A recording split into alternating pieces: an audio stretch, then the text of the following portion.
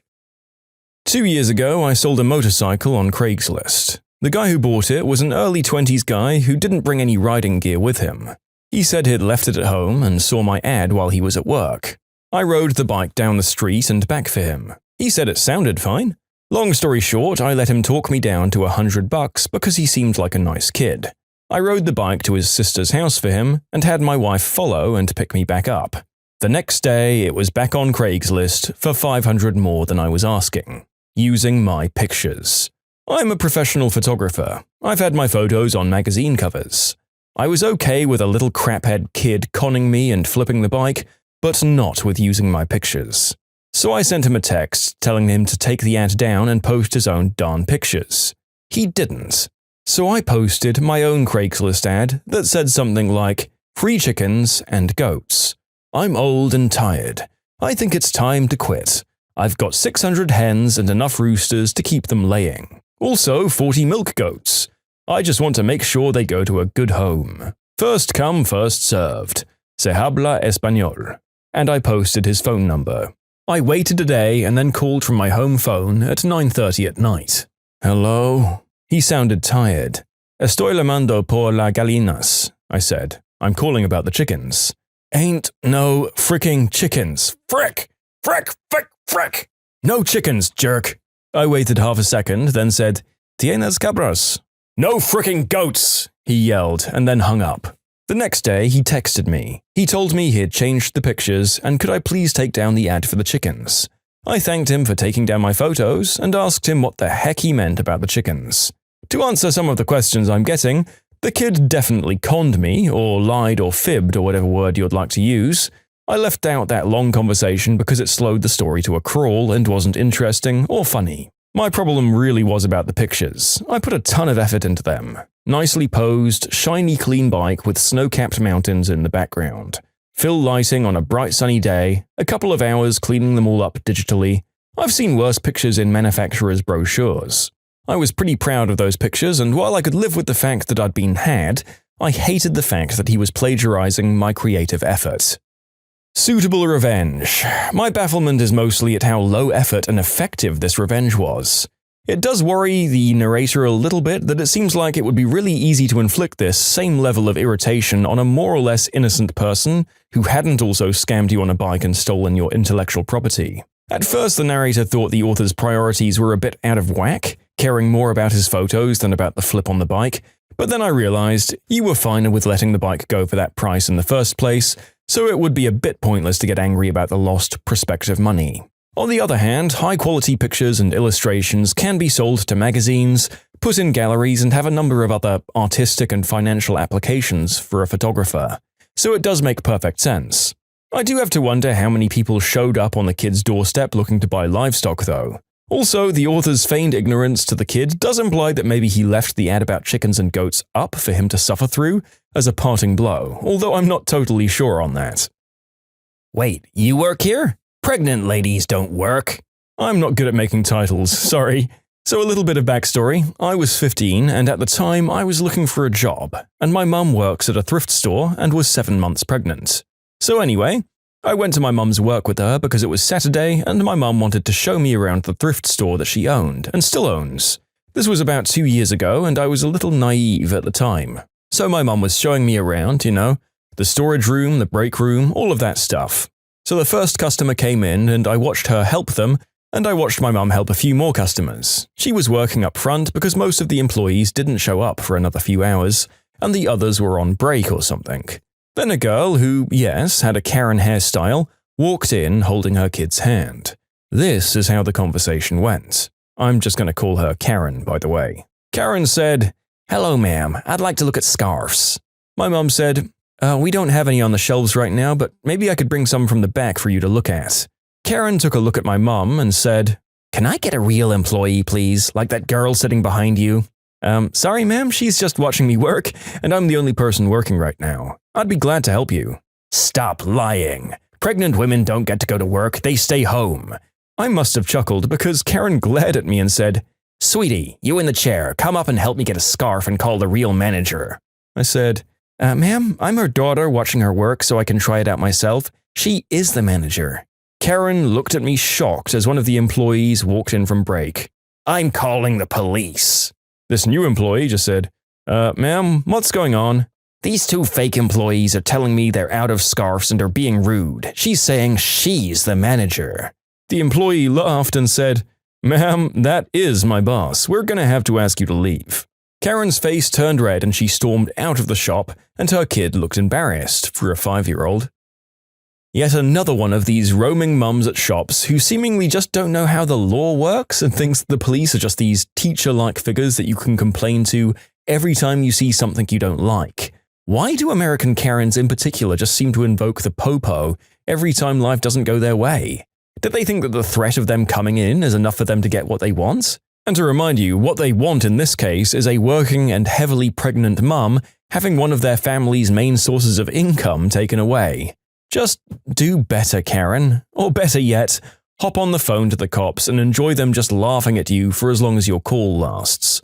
Just don't stay on the line too long, there will be people with real emergencies waiting. Honestly, there isn't so much to say here, it's just baffling to me yet again that people can get into the age where they can raise children and still lack a basic understanding of how society functions.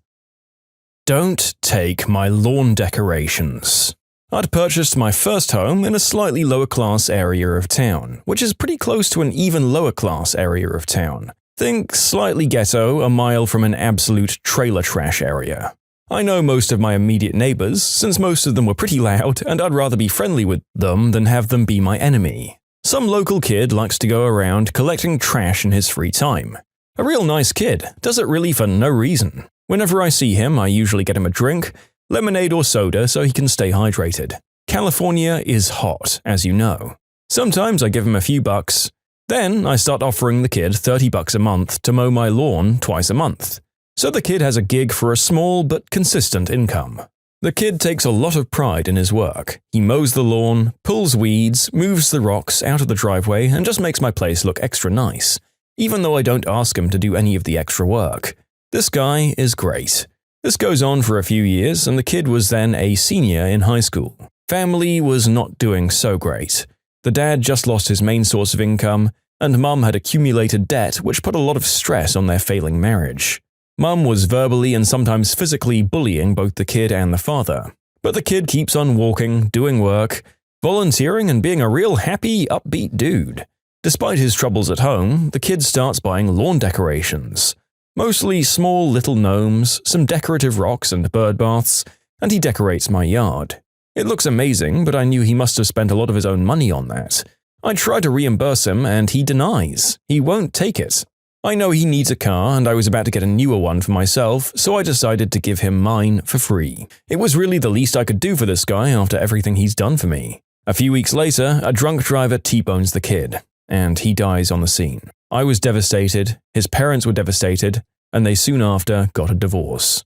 They were fighting over who got what, and the father discovered that the mother had a substance problem she had been hiding. Straight out of left field. She wants everything they had, and she lawyers up to fight the battle. Due to the debt the mother had accumulated on the father's bank account, he had no real money, and no one knew where she got her money from. As sad as it is, it's really not my affair, until she sent me a letter claiming that the yard decorations were rightfully hers, and that she'd take them or else. Well, now it's my business. Look, I get it. You've lost your only child, you're in a lot of pain as a parent, but you were never a good parent to him. I was closer to him than you by a long shot. So I had a meeting with the father, told him not to worry about the court costs, and I decided I was going to fund him in court. Long story short about their divorce battle, he won and got to keep everything, and even got a restraining order from her. He then goes after her for credit card fraud and puts all of the debt on her. I then heard from the father that she was recently arrested for driving while under the influence, and was searched and had a decent stash of crystal on her. She's currently awaiting trial for that, while the father is living a life now relatively stress-free. And I got to keep my lawn decorations. Rest in peace, Jonathan, you're missed. And to the people wondering what happened to the drunk driver that killed Jonathan, he also died on the scene. The impact quite literally crushed both cars involved. It was a real mess. And to the people calling this story bullcrap, I'll admit, this is in fact bullcrap. It's bullcrap that Jonathan died by a drunk driver, it's bullcrap that his mother was such an awful person and that his father didn't have the confidence to stand up to her sooner. It's bullcrap that the world isn't fair. I'll never forget something that Jonathan actually told me. You can't control anything but yourself, so do what you can to improve yourself and see how it affects the team. He played a lot of video games and was referring to League of Legends at the time when he said it, but I find it very applicable in real life too. Oh boy. Yeah, this is a sad one. It's a shame that the mother went the way she did and that the author and father had to lawyer up to probably wreck her life that little bit more than she was already doing by herself. Pretty desperate to be going after someone's lawn ornaments too, especially stuff that was bought on her low-paid son's dime. This is all a bummer. Hopefully the dad is able to find some measure of peace after it all, but I'm not sure how happy a life you can live after something like this. It sounds like at least Jonathan knew that he was appreciated by our author, and like he was the kind of guy who was a light in a few people's lives up until that fateful day. Screw all drunk drivers, man. It's not just that you endanger yourselves, it's the collateral damage and victims of your crime that are the real tragedy when this behavior comes to its natural conclusion. I think the biggest sign of the mother's detachment to all of this is the fact that she got caught in the same crime that cost her a son. If you like Am I the Jerk, you're probably going to love Am I the Genius. Check it out, linked below. Also, go to amithejerk.com/submit if you would like to submit your own stories. I'm constantly mistaken for my husband's daughter. I'm early 30s and he's late 20s. I have a baby face and I'm only 4'11". He has a full beard and less hair on top of his head than he'd like, so I guess he looks like a dad? The first time someone mistook him as my dad was a few years back when he was dropping me off to work. One of our cars was in the shop, you see. A co-worker who was coming in at the same time saw me hug and kiss him, waited until we were inside the locker room to confront me in front of all of our female co-workers for having a creepy relationship with my dad. It didn't sink in at first what she meant. I honestly don't talk to my dad at all. I just kind of shrugged her off, but she started going on about how she saw me kissing him in the car. The look on her face when I revealed he was my husband was priceless. She asked me if I was even old enough to be married. At the time I was 26, but also I was fairly new to that workplace. So as word spread, I found out almost everyone there assumed I was fresh out of high school. Nearly nobody believes that my husband is a few years younger than I am. We got weird looks out in public while holding hands, and a lot of comments about our touching father and daughter relationship. It's all just so bizarre and frustrating. Another time we tried to go and see an R-rated movie together, and the cashier had to explain to him that this movie wasn't really meant for younger teens. I had to show my ID to get her to stop. Okay, I have a lot of sympathy for babyface stories in general, and I've read a few on the channel very recently actually, but surely this is as bad as it gets. Having a normal, consenting relationship between two adults, draw comment and judgment from everyone in your vicinity about your assumed age difference. Sucks to be you guys. One of the more bitter aspects of this is the fact that I can imagine that even after learning the truth, certain people might continue to judge you just because things look the way you've described them. Neither of you can really help this. I think the cherry on the cake here is the fact that you're actually older than the man that everyone is assuming is your father here. If things ever come to a head and someone actually calls the cops on your perfectly wholesome relationship, I imagine that will be the punchline of the whole incident one day. Until then, stay strong in the face of your judgmental peers. I really do feel for you. My dress is too short? Well, now I look like my dad and everyone else can too. Years ago, in the 90s, I worked at a hellhole of a call center. It was my first office job and I tried really hard to be professional. What I didn't know was that a call center is basically the same as a restaurant. Everyone was sleeping with each other, on substances or booze, and the managers were idiots. There was a guy who worked in a different pod who was always hitting on me. I wasn't interested. I did my job and went home and didn't socialize with these people. I didn't even eat my lunch in the break room because I lived about 5 minutes away. Well, there was a manager who'd been sleeping with that guy and thought I was coming between them. She'd make up excuses to make my life annoying. I wasn't taking enough calls, I didn't clock in and out of the system exactly on the minute, among other things. One day, she really went off the rails and started publicly shaming my outfit. I had on a dress and cardigan, which she insisted was too revealing. It was to my knees and I had pantyhose on. She wrote me up and sent me home to change. I was really annoyed and started digging through my closet, looking for something she couldn't pick apart. Then inspiration struck. My dad is a textbook accountant. Khakis, short-sleeved button-ups, and ties. So I borrowed an outfit from him. I was swimming in it. You couldn't see a single curve. I went back to work and headed directly to my desk. Don't you know, their manager spotted me and made a beeline directly for me. She pulled me into HR complaining that I looked unprofessional. I told HR that this is what my dad wore every day and he's a consummate professional. HR agreed that my outfit was acceptable, but the manager wouldn't let it go. The dress code was gender-specific, and she argued that I wasn't dressed like a woman. I ended up just going home for the day rather than dealing with her anymore. A few days later, the dress code policy had been updated with vague language about looking professional and didn't even give examples of what was appropriate. The memo was posted in several places. This meant that everyone in the call center could now basically wear whatever they liked as long as it wasn't ripped jeans or a tube top. The manager was fuming because HR had taken away one of the things that she could lord over people. I didn't last much longer there, but hopefully no one ever changed the dress code back. Sounds like a crappy environment. Also, check out the fact that her romantic partner was actively flirting with you and she decided that you, the unwilling recipient, were to blame instead of, just doing the adult thing and having a conversation with the person she was doing the deed with about it. Oh, sorry, let me rephrase. The subordinate that she was doing the deed with. What an absolute garbage show of a workplace, and you're 100% right. The stuff going on there sounds exactly like the staff environment in a restaurant. And hey, you made the dress code a bit more gender-neutral and comfortable for everyone involved. So even if this awful woman unfairly blamed you for her lover's attention for the rest of your tenure there, you made your mark on the workplace and removed one of the many things she chose to complain about. Good job! Entitled mother and entitled kid are trying to steal my first-class seat. So this morning I was traveling with the train to work. Due to COVID, not many people are traveling via train, so the train company has shorter trains than usual. Not a problem in my opinion. But this morning the train was extra short due to some material issue. So I was sitting in my first-class seat next to the window, and then the entitled mother walks in with her kid. Mother says, "Excuse me, young man." I look at her. "I see you're sitting in the window." Yes?" Then the kid screams out of nowhere, "Mum, I want to look out the window." Other people in the train are now looking at us three. My boy wants to have this seat.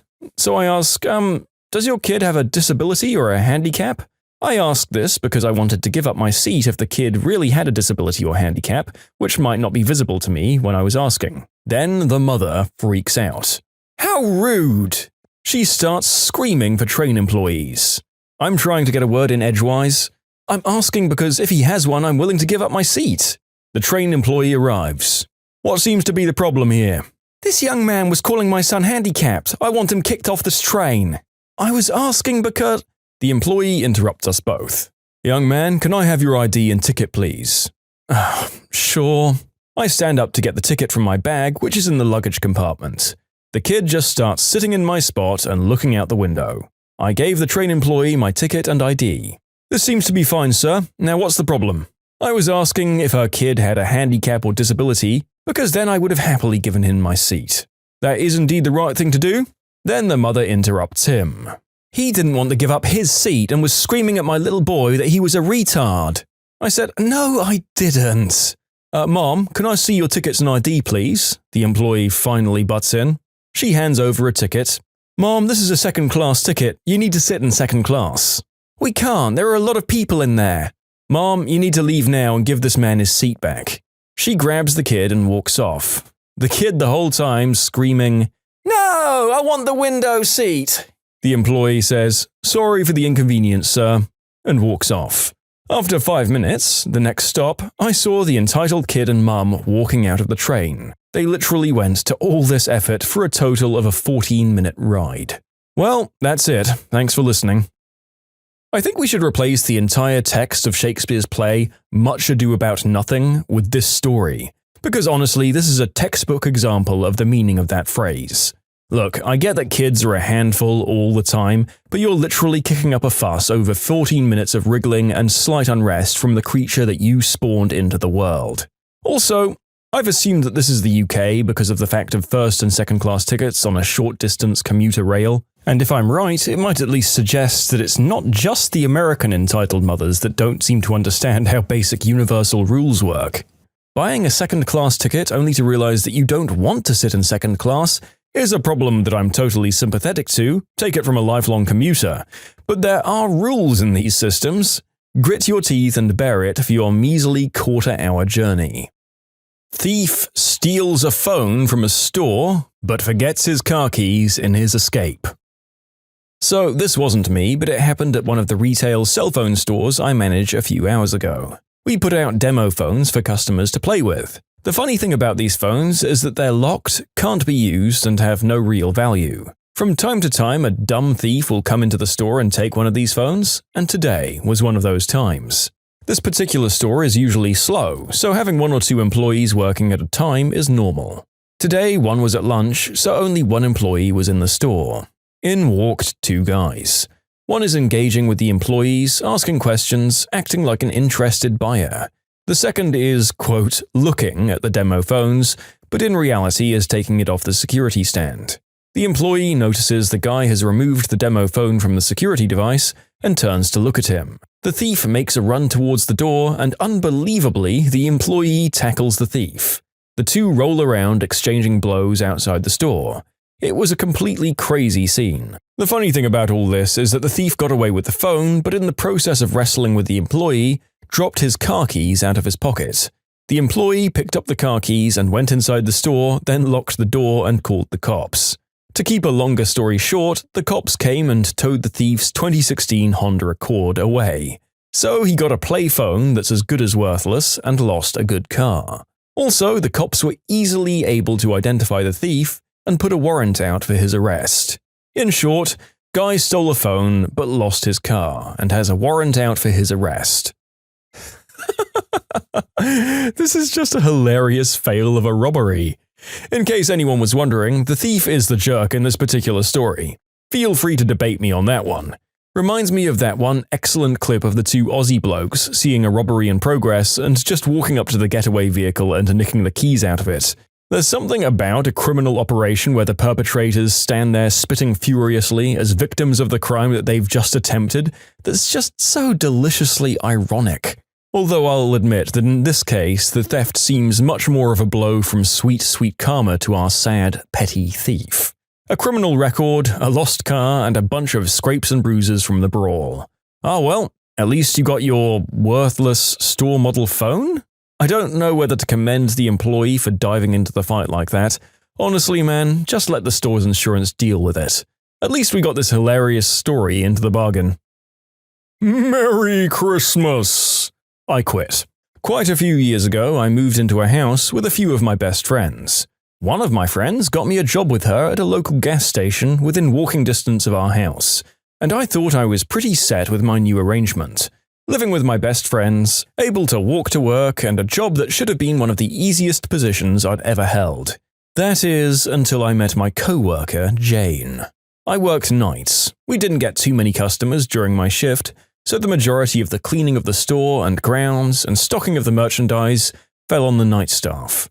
We were expected to make sure there was always fresh coffee, sweep and mop the floors inside, make sure that all of our merchandise was neatly displayed, take out the trash inside and outside by the gas pumps, sweep up the parking lot, and stock the beverages, which entailed going into the walk-in fridge and stocking it from inside the cooler, which could take 2 hours or more at a time. There were always 2 people scheduled on night shift, and most of my coworkers and I would split the work, and one person would don their coat and gloves, and go stock the cooler for a few hours, and the other person would keep coffee made and sweep up the store and stop and ring up the occasional customer, and then go back to whatever tasks they were on, or one person would ring up customers the entire night, and the other would do what needed to be done around the store until it was all completed. Not Jane. Jane would usually hang out in the back in the manager's office for hours, or stand behind the registers doing inventory of the cigarettes, and make all of the other employees unfortunate enough to be scheduled with her do all of the tasks that needed to be completed in and out of the store, and have to stop and run the register to ring people up, even when she was standing right there counting the cigarettes and couldn't be bothered to even acknowledge the customers. When people called off, it was standard to call the other employees and see if someone could come in and take the shift. Most people would have a legit reason why they couldn't when they declined. No sitter, family plans, among other things. But not Jane. Jane would just answer with a flat no when she was called and would then hang up. For me, it was her lack of human decency, really. She would say no and literally hang up on the caller. Most of us were willing to help one another out when someone was in a bind, and she wasn't. So no one helped her when she most needed it, as we'll see later. My best friend came to me a few months into working at the place and told me that our manager told her that Jane said I don't do anything during my shifts with her. Oh, hell no! I literally do all of the work as she sits on her butt in an office or on the counters at the register doing nothing, and she wants to say that I'm the one not working? The manager never even spoke to me about the matter directly, and my best friend only told me after making me promise that I wouldn't go repeating what she was about to tell me. I couldn't let on like I knew, so I just decided that I was done with that place and began looking for another job. Jane fancied herself the second in command in our store under the manager. Now, mind you, we didn't have an assistant manager with that gas station chain. There was only a manager, and there were supposed to be a few shift leads who didn't really have any power. Just a few additional tasks to complete during the shifts where they were scheduled as a lead. Inventory, ordering stock, among other things. Jane wasn't even a shift lead, but was able to do most of the tasks of a shift lead and acted like that came with a power that it didn't. And every other shift lead was able to complete the job tasks with their fellow co-worker scheduled and do inventory if the day called for it. Jane just didn't do her job. She wasn't even really doing inventory. I was told the manager and first shift came in and really handled it by my best friend, who worked first shifts. Jane was just using that as an excuse to do nothing. She was supposedly undergoing training classes to be a lead officially and would walk around on her shift with a clipboard and make little notes here and there about things that could be improved in our store. One of her improvements was that everyone during their shift should do 1 hour of stocking the cooler so that it didn't fall on one person doing it for 2 or more hours on night shift. Stocking the cooler meant having to be in temperatures below 40 degrees the entire time and was not a favorite task of anyone who worked there. The best part of this improvement was that she would harp on my co-workers about it while never stepping foot in the cooler herself to do anything that I saw in the entire time that I worked with her. Another of her improvements was that everyone had to attend a weekly mandatory team meeting because she read somewhere in one of her training books that it's supposedly policy, even though none of us, including the manager, had heard of this before she brought it up. These team meetings were universally hated and completely useless. No one wanted to go to the store for 20 minutes of pay at a time that they'd otherwise be off work, and there was literally nothing of value that was ever discussed during them, because we worked at a gas station and there wasn't much to go over that we didn't already know. The meetings were just a show of power by Jane, where she could go over her clipboard and force people to listen to her stupid observations and suggestions. She went on that anyone who didn't show could face disciplinary action as she had the manager backing her in having these meetings. I was excused from the first one because she scheduled it after the weekly schedule had come out, and I said I had a doctor appointment already, and they said they wouldn't press it that one time, but that I had to be present at the subsequent meetings and adhere to the schedule the same way I would in a standard 8-hour shift. Sure. So one day I came to work my shift at the gas station after receiving a call earlier in the day saying that I'd passed my background check and employment verification and was being offered the job that I'd been seeking. I asked my shift lead how to put in my 2 weeks' notice, and she smiled and asked who I'd be working with on my last day. Oh, it was Jane. She asked if I'd already had the job, and I confirmed that I did, and that all of my background checks were complete. She then asked me if I really wanted to put in my 2 weeks' notice, and I got the drift and told her, never mind. On the shift before my last shift, I put Jane's clipboard on top of a large cabinet in the manager's office. I am tall, and it was easy to see and reach for me, but would not be for short little Jane. I didn't think much of it, it was just supposed to throw her off for a few minutes until she located it easily and moved on with her day. I quickly forgot that I even did it. My last day was Christmas. I was scheduled as a split shift. I had to go out of my way for the revenge by leaving my family gathering to work Christmas Day that I otherwise might have preferred not to turn up for. A 3-hour shift on Christmas, when you plan to quit anyway, is hardly worth it to anyone, but I sacrificed the end of my family festivities to be able to see the look on her face when I walked out and left her to actually do her job that she normally pushed on to others. From 7 through 10 p.m., I was scheduled with my best friend. My best friend would get off at 10 p.m., and Jane was to come in and work her normal night shift from 10 to 6 a.m. So I came in at 7 p.m. and worked as I normally would and had a fun time clowning with my best friend when we had a rare moment of downtime. Being Christmas Day, there wasn't really anything else around that was open, so we were swamped as a result. My best friend left at exactly 10 p.m., but it took a few minutes for Jane to arrive late. Jane walked into the store, and I came from behind the register and walked up to her and said, "Merry Christmas, I quit," and started to walk around her to leave the store. She stood there in the entryway looking shook until she finally said, "You're kidding, right?" I laughed and told her that it would not be a Merry Christmas for me if I was kidding, and then left her to the store on her own on one of the busiest nights of the year. My best friend filled me in on what happened when I left. She went through the phone list calling everyone to see if they could come in to work my shift. Every single person just gave a simple no and hung up on her. She was left to run the store on her own for quite some time before the manager showed up to assist her. The next team meeting that she had after I left, she couldn't find her stupid clipboard and had a meltdown fit in front of all the other employees as they stood there, looking at the clipboard still on the cabinet where I'd left it. She couldn't see, but they could, and they didn't feel a need to point it out. They ended up getting to go home without doing the meeting because she couldn't find her notes. They stopped doing meetings shortly after that. Now, before you start feeling sorry for my manager having to lose time with his people on Christmas Day to clean up the mess from my revenge, keep in mind that he has access to video recordings of every inch of the store and outside grounds, and could easily verify how much work I was doing during my shifts before he felt the need to insult my work ethic to my best friend, based solely on the lies of one person. I'm actually glad that he was caught up in my wonderful revenge, truth be told. I couldn't have planned it any better. I still smile broadly every time I think of this memory or walk into that chain of gas stations. In short, my coworker made me do all of the work when we were scheduled together. She also lied to our manager and said that I did nothing on my shifts with her, so I quit at the start of her shift and left her to do all the work herself on the busiest day of the year, Christmas Day. Too far?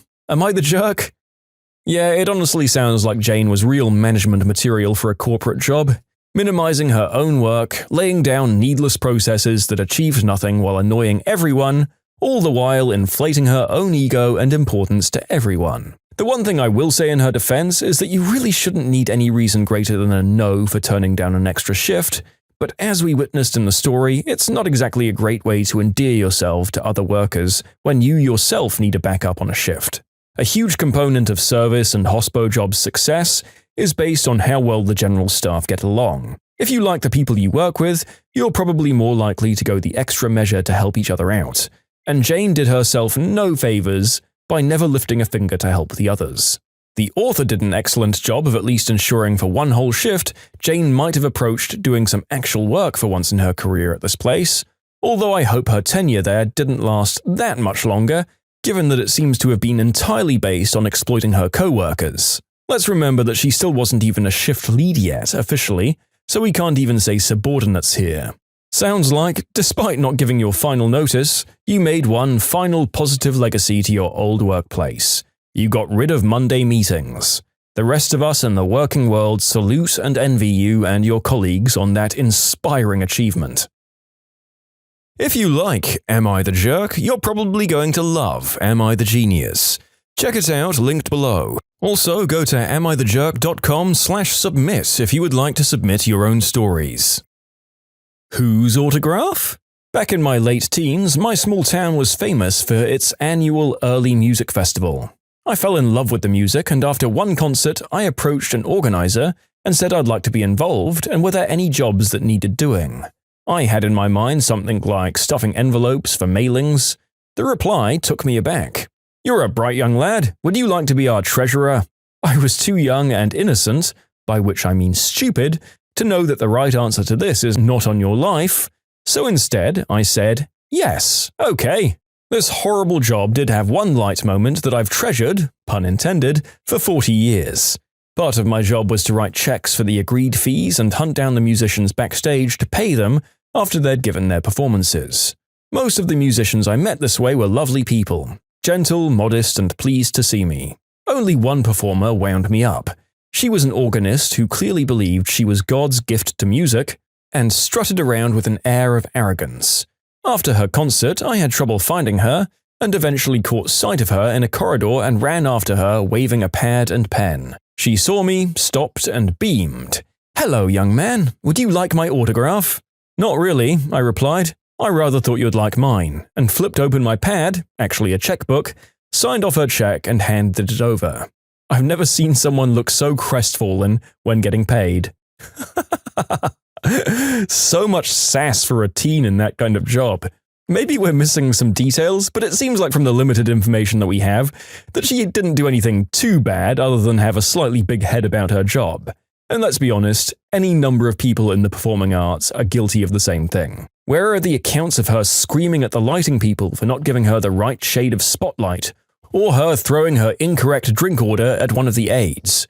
You even put in her being polite and offering you something. So we'll accept that at least it was a bit funny to humble this person, but you need to give a bit more incriminating evidence next time, dear author. Make me a coffee. Now dump it out, I want a fresh one. I was volunteering at my dad's store for Black Friday, handing out popcorn and treats and coffee and stuff to shoppers. I've been doing this for about 4 years, and I'm pretty sure this was my worst experience with it. So the coffee we had was just Tim Hortons coffee dumped into a large pot. This lady comes up to the table and asks for coffee, and it's clear that she expects me to make it for her, which, whatever, I can do that. So I get up and start pouring, and there's only enough left in the pot for about half a cup. The woman starts complaining about getting bottom-of-the-pot coffee, and I apologize, saying there's really nothing I can do. She can take it or leave it. She takes it. She then asks me to put creamer in it.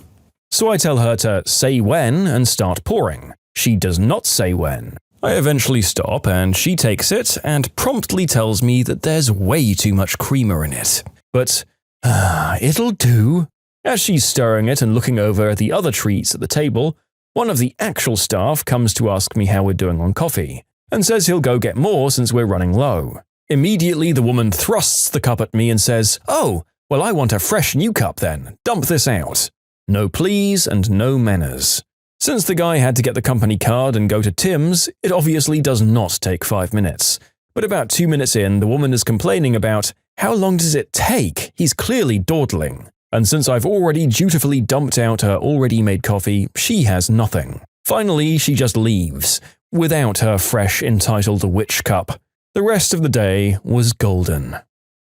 I bet the rest of the day was lended a nice rosy tint after seeing this somewhat annoying woman go without coffee after her lack of attention led to part of her predicament in the first place.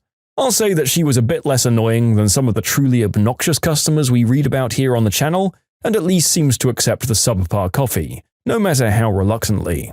I think a big part of our judgment has to be reserved until we find out whether the coffee is free or not, because honestly, if she was getting this for free, then she can go screw herself.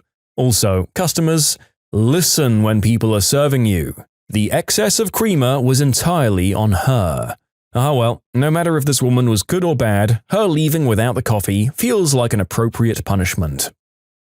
How do you like school, young lady? This happened in the fall. I was sitting on the stage of my school, which happens to be in the gym, watching the high school basketball team practice. The middle school team was just leaving, which is who I'd been working with. I was saying goodbye to everyone when the mum of a 14-year-old came up and started talking to me because I was talking to her daughter. She asked if I was new, to which I nodded. I didn't get another chance to speak before she was talking again. She told me about how she had just finished her last chemo and how freeing it was, talking about her short hair and how she couldn't wait for it to reach the same length as mine, which was just above my shoulders. The high school coaches call the kids over to talk about the game plan for the following day, and she asks me what grade I'm in. Cue a few of the spectating students laughing. That's the point where I inform her that I'm a teacher. I teach high school English, which includes her freshman daughter. It was funny and we both laughed. She's a nice woman and I've had several other positive conversations with her. It just seemed funny and appropriate to write in about. I mean, there aren't really any jerks here, and this lady seems to take it in good stride. No need for any embarrassment even. I guess a big part of this kind of situation depends on whether you're the sort to take this as a compliment or insult. There was also potential for the teacher to blow a gasket, somewhat understandably if she took crap for her perceived youthfulness a lot. Thankfully, both parties here seem to be good-natured, so no harm, no foul. Hopefully, the teacher's students never make the same mistake. I could see that getting awkward. My racist in-law slaps my wife, so I show him what a real evil white man looks like. As a bit of a backstory, I have been dating my girlfriend for a few years now, and between the two of us, everything is perfectly fine. No issues 95% of the time. The only problem that we do have is her immediate family, her parents and siblings. I'm white and originally Dutch. She's originally Japanese. Between the two of us, we don't care, but her family does. Especially at first, her family was against her dating a, quote, white boy. She ignored them, and for the most part, I ignore them too. Over the course of a few years, her father has started to warm up to me slowly, but both her mother and brother still dislike me an awful lot. The mum just gives me the silent treatment most of the time, but her brother is just sometimes downright racist towards me, my family, who he's never met, and my culture. I'm going to call them the in-laws for this story. I know they're not in-laws technically, but it'll make telling the story easier. Now, to the actual event. A couple of days ago, we were at the in-laws' place for dinner in what felt like the 100th attempt to find some mutual respect. My dad-in-law was fine with it and talked to me the whole time. Mother-in-law was ignoring me for most of it, and brother-in-law was giving me angry stares across the table. After a while, he started to go off on a racist tirade against me and, quote, all you white people, and I'd had enough of it. I stood up for myself and my girlfriend backed me up. Eventually, brother-in-law stood up and walked up to me and my girlfriend, and in a reflex, I stood up as well. After some insults in Japanese, I'm learning the language but no idea what he said, my girlfriend told him to F off. He then slapped her in the face and spat in mine. He didn't slap her hard, but hard enough to be audible. Now, I'm at least a full head taller than him and almost twice as broad, so when I punched him in the face, he was immediately knocked out. I left with my girlfriend in tow, I was shaking and couldn't drive, so she drove us home, while fully assuring me she was on my side. Yesterday, I received a message from the in-laws and they're now demanding I pay for the hospital bill since I apparently fractured his cheekbone. I have no intention of paying it, and when my girlfriend read it, she was also like, screw that. I will say one thing in their defense. He gave his sister an open-handed slap, which according to her didn't even hurt her, whereas I absolutely decked him with a closed fist to his face. It all happened within 2 seconds, so they barely had time to react to that first slap, and by the time they could, he was already knocked out on the ground. I'm not sure what to do and I feel like crap now, especially since I was starting to actually get along well with her dad. The progress seems to be undone now. In short, I one-punched my racist brother-in-law over dinner after he was especially racist and vile and slapped my girlfriend. Now the in-laws expect me to pay for his hospital bills. Girlfriend is on my side though. Oh, late update. The girlfriend and I have talked about it and also contacted the in-laws with the request to sit down and talk about the whole thing. We heard that both her parents were shocked at how far this had apparently escalated and agreed that we should sit down and talk this out. Neither side wants to involve any kind of authority, so that's good to hear. We still want to cover our bases and we haven't made any promises, but I'm somewhat optimistic at this. This is the first time they've actively wanted to talk to me, especially my mother-in-law. We'll see how it goes. Am I the jerk for whacking my brother-in-law? Yeah, look, I know that violence should always be the last resort in any scenario, but I think there are very few of us who wouldn't feel inclined to retaliate if they saw someone whack their spouse, no matter how mild-mannered we normally are. I'm happy that the other side of the family aren't getting the law involved, even if it's out of a sense of preservation for the brother and not wanting to get him in trouble for revealing that he whacked your sister. I don't know if the author's actions would count as self-defense or not in most circumstances, but I'd hope that they would. Also, even if the in-laws do think that this was purely on our protagonist, I would hope for a positive outcome in perhaps the brother in question never voicing his crappy opinions again. I think a silent, awkward dinner is a million times better than open racial slurs. Perhaps a one-on-one dialogue between our couple and the father-in-law to voice the fact that they've put up with years of not-so-subtle attacks from the others for ages? Why are they holding dinners all the time if they're not actually trying to repair the relationship? I guess it depends on how much the girlfriend wants a relationship with her family, but if I were her, I wouldn't ever want to see the brother again, no matter how little the slap hurt. And as for being spat on, isn't that the clearest sign of hatred across basically all cultures? In any case, you're not the jerk in my book. I'm just here for the matching outfits. We all wore either a red and blue trim vest or an apron with the company name huge across the back, with it smaller in the chest, large across the chest on the apron. I worked in the tools and hardware department. I'm a woman, which is a problem with a lot of men, but that's a whole other story. I was in my 30s and I loved my job, so I was usually happy. I was asked anywhere between 3 to 10 times a week, "Do you work here?" Of course, it was customer service, so I would generally just smile and say, "Yes, what can I help you with today?" After about 2 years of this, I was bored with it, so I decided to try change it up. I just decided to try a new response when a really sweet lady approached. She said, "Excuse me, do you work here?" And I said, "No, I just got this new vest, so I decided to come here and hang out with people who have the same fashion sense." I said this playfully with a smile. She then went, "Oh, I'm sorry," and started to leave. I had to say, No, I'm sorry. Yes, I do work here. Can I help you?" She just looked at me and then my vest, and I swear you could see the lights turn on and she started giggling. She had recently gotten a divorce and he did all the manly stuff around the house. She was almost afraid of using a screwdriver. She then became irregular. I was told by one of the front-end supervisors that she'd walk in, ask if I was there, and if not, she'd try to find out where I was, then leave. It didn't matter if she wanted a faucet, lighting, or a box of screws, and the first 2 of those requests weren't even my department. Shortly before I left the store for good, we went over to the lumber section and started looking at patios that she could build with her friend's assistance. I was so happy I could make her giggle that one time. Oh, and yes, I did keep using that reply. It usually got a laugh or at least a giggle. Well, this is just a nice and wholesome story to cleanse the palate after our first racist in-law extravaganza. Although there was potential for it to go a different way, there are in fact no jerks here. Just a corny joke that eventually turned into a nice lady's first foray into the world of DIY. And that seems to have at least turned into an enjoyable hobby for her. Going from nothing to replacing one's own faucets and then having the confidence to work on your own patio is a great evolution of her skills that began in your humble store. I hope that her skills continued to grow after you left until she eventually transitioned from Padawan to home renovation master.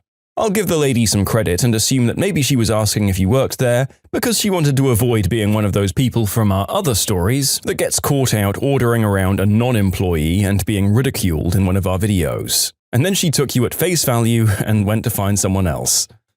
Science teacher has a swear jar. I took a biology class in my sophomore year in high school and my teacher was pretty cool.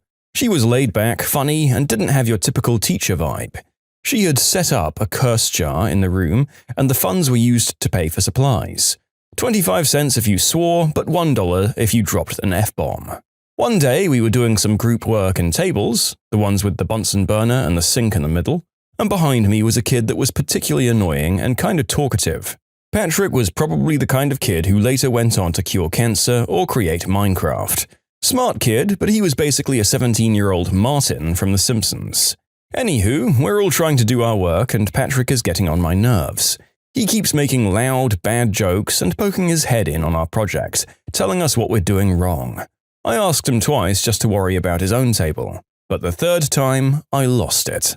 I walked up to the front of the class, pulled out my wallet, grabbed $1 and put it on the teacher's desk. Turned around and said quite loudly, Patrick, shut the frick up. I walked back to my table and sat down.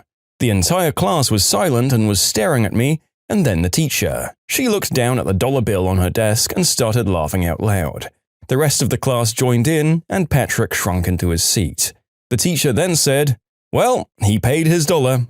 And that's the story of how I told a kid to shut the frick up in class without getting into trouble. I mean, hey, you paid the court a fine and served your sentence. The Elder Scrolls guards would be satisfied with that, and so am I, dear author. Also, if any Simpsons character was worthy of being screamed at to shut the frick up, it was definitely Martin Prince, so I appreciate you drawing that parallel for me.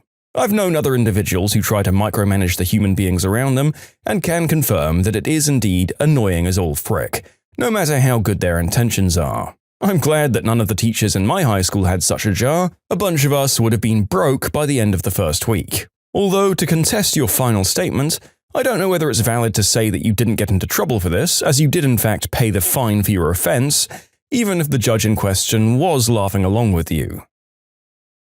If you like Am I the Jerk, you're probably going to love Am I the Genius. Check it out, linked below. Also, go to amithejerk.com/submit if you would like to submit your own stories. And now, ladies and gentlemen, we present to you a glimpse into the mind of the customer. So this was about a week ago. I wear a lot of polos since I work in a call center, and usually after work I go to the local supermarket to pick up something for lunch or dinner. I've been mistaken for an employee multiple times, and usually it's not a problem. But on that day, a week ago, something magical happened. I was there looking at Chateau milk, deciding if I wanted root beer, cotton candy, or just plain old chocolate. Chateau milk is one of my favorite things, and as I'm standing there in indecision, I'm approached by a customer. "Excuse me, sir, but can you help me? I'm looking for…" and they trail off. So I say, "What?" She stares at me a few seconds longer. "Blue milk?" "Oh, yeah, it's cotton candy flavored. It's great." The customer looks suspicious about something, inspects the milk closer, and then looks to me. "You like it? It's probably filled with toxic chemicals." You guys should really take horrible things like that off the shelves. It's probably really harmful, especially for the children." "Are you making assumptions just based off its color?" "Well, yes, no natural food is blue." "What about blueberries?" The customer stares at me for a moment, her look slowly turning into a glare. "Where is your manager? I need to talk to him." "I don't work here."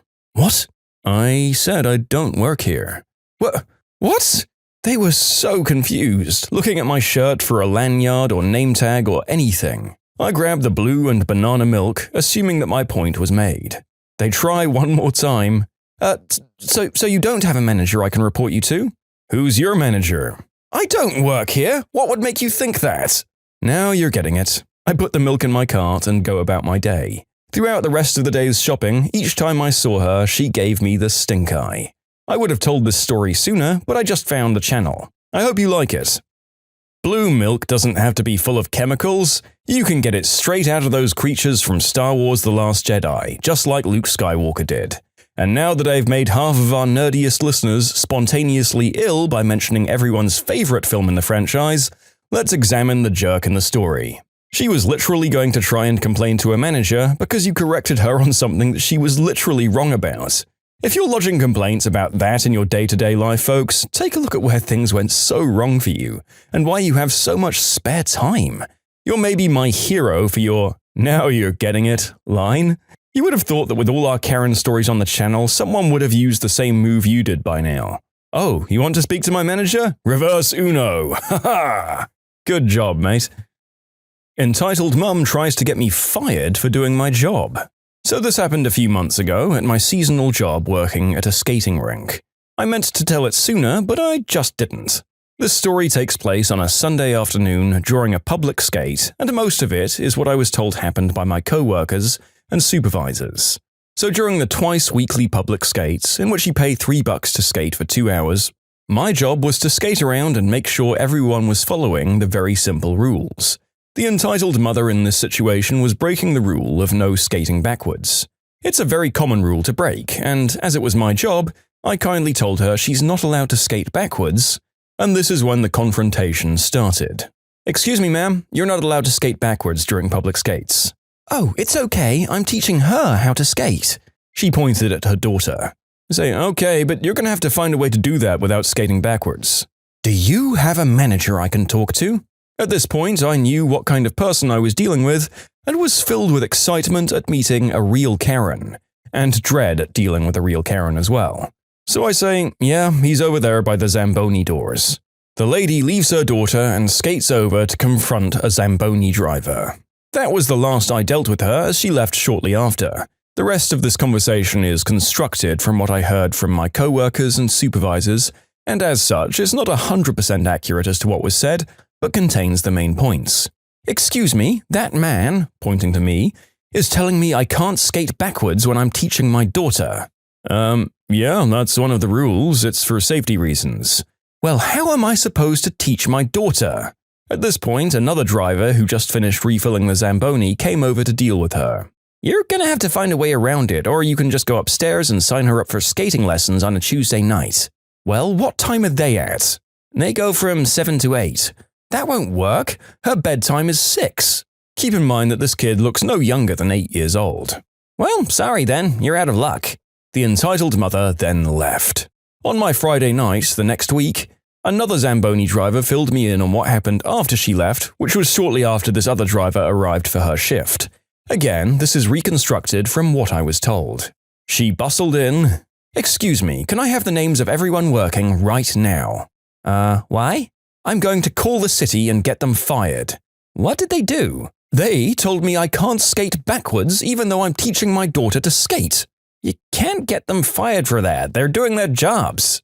The lady apparently just got a look on her face suggesting she had realized that she couldn't win and then left. I never saw her again after that day. Well, thank you for making me look up what a Zamboni is on a Google search that quite frankly went on a bit longer than it should have, due to me not understanding why it's commonly called that, rather than just being called an ice smoother or a resurfacer. This lady is comedy gold though. I love that after the first round of complaints, going home, stewing on this egregious offense against her for a week, she wasn't able to work out that complaining here was pointless. She had to drive all the way back to the rink, and these things are never in convenient locations, begin voicing her complaints, and be told the very obvious fact that nobody could possibly get into trouble for this. Also, these people were doing their jobs. She literally had the reasoning behind the rule, a viable alternative in the form of skate lessons, and she still had the nerve to get offended from it. I just don't understand. And threatening to take the employees of the rink to City Hall over this might be even slightly dumber than the usual Karens we get, who claim that they're going to go to the police over blatantly non-illegal things. My neighbor sued me after harassing my dog for months, and lost horribly. About 6 or 7 months ago, my neighbor got a drone. I don't mind people having hobbies, but for some reason he insisted on flying like the biggest jerk possible. He would hover in front of other houses and windows, try to race cars going down the road, and worst of all, he had a habit of flying his drone in my fenced backyard, buzzing over my dog, and diving just low enough over his head before circling around to do it again. My dog isn't small, he's about 70 pounds and a Malamute, but the drone terrified my papa, and I was worried what would happen if it hit him. I asked my neighbor several times to please not fly in my yard, and explained that it was scaring my dog. My neighbor basically told me to get lost and laughed in my face. When it still continued, I called the cops. Unfortunately, there wasn't much they could do other than ask him to please not fly over my house and property. Finally, in late December, it happened. My dog got tired of his crap and managed to catch the drone right as it was diving towards him. He shredded the drone. The thing was just a jumbled mess of wires and plastic. My neighbor was angry. He stormed over to my house, swearing and threatening me, which I ignored. A week later, I got a summons to small claims court.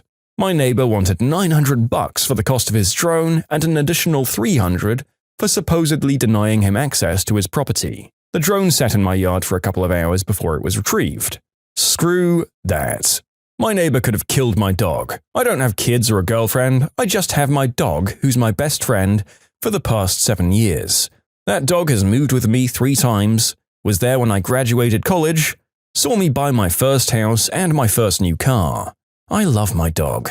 I went to legal advice and got some great help from them.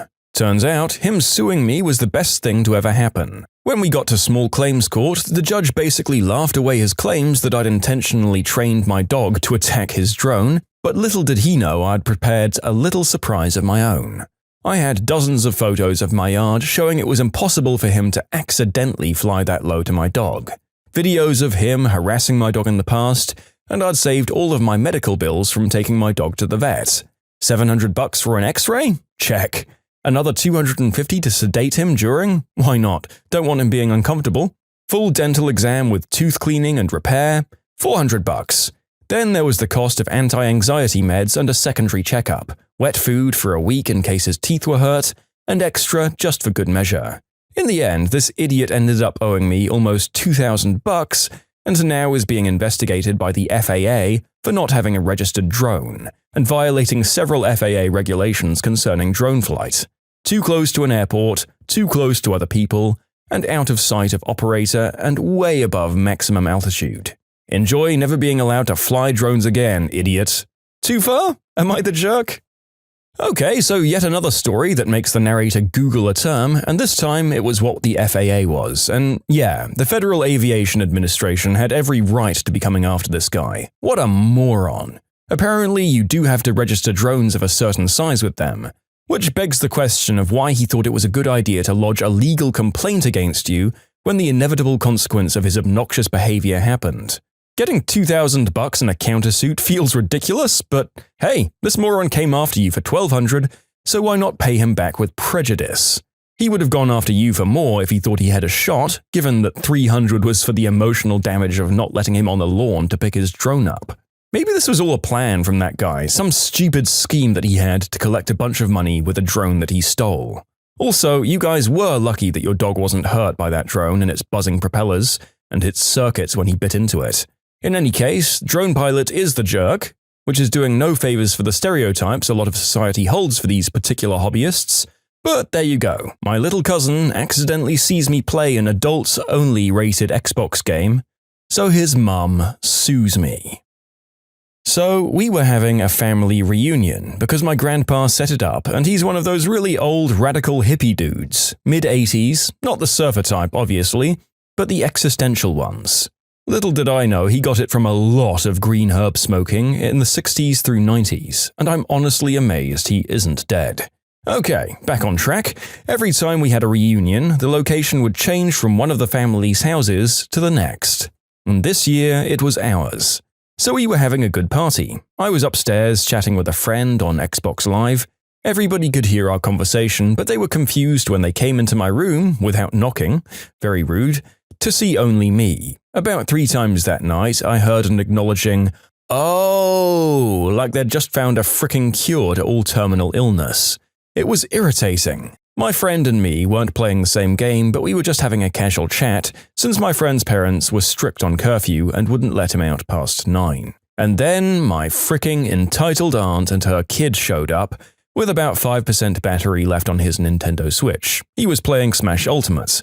If anyone asks, he was a Bayonetta main and I'm a King K. Rool main. Enter this ridiculous circus of a conversation. My cousin was whining, Mommy, my game ran out," crying with crocodile tears.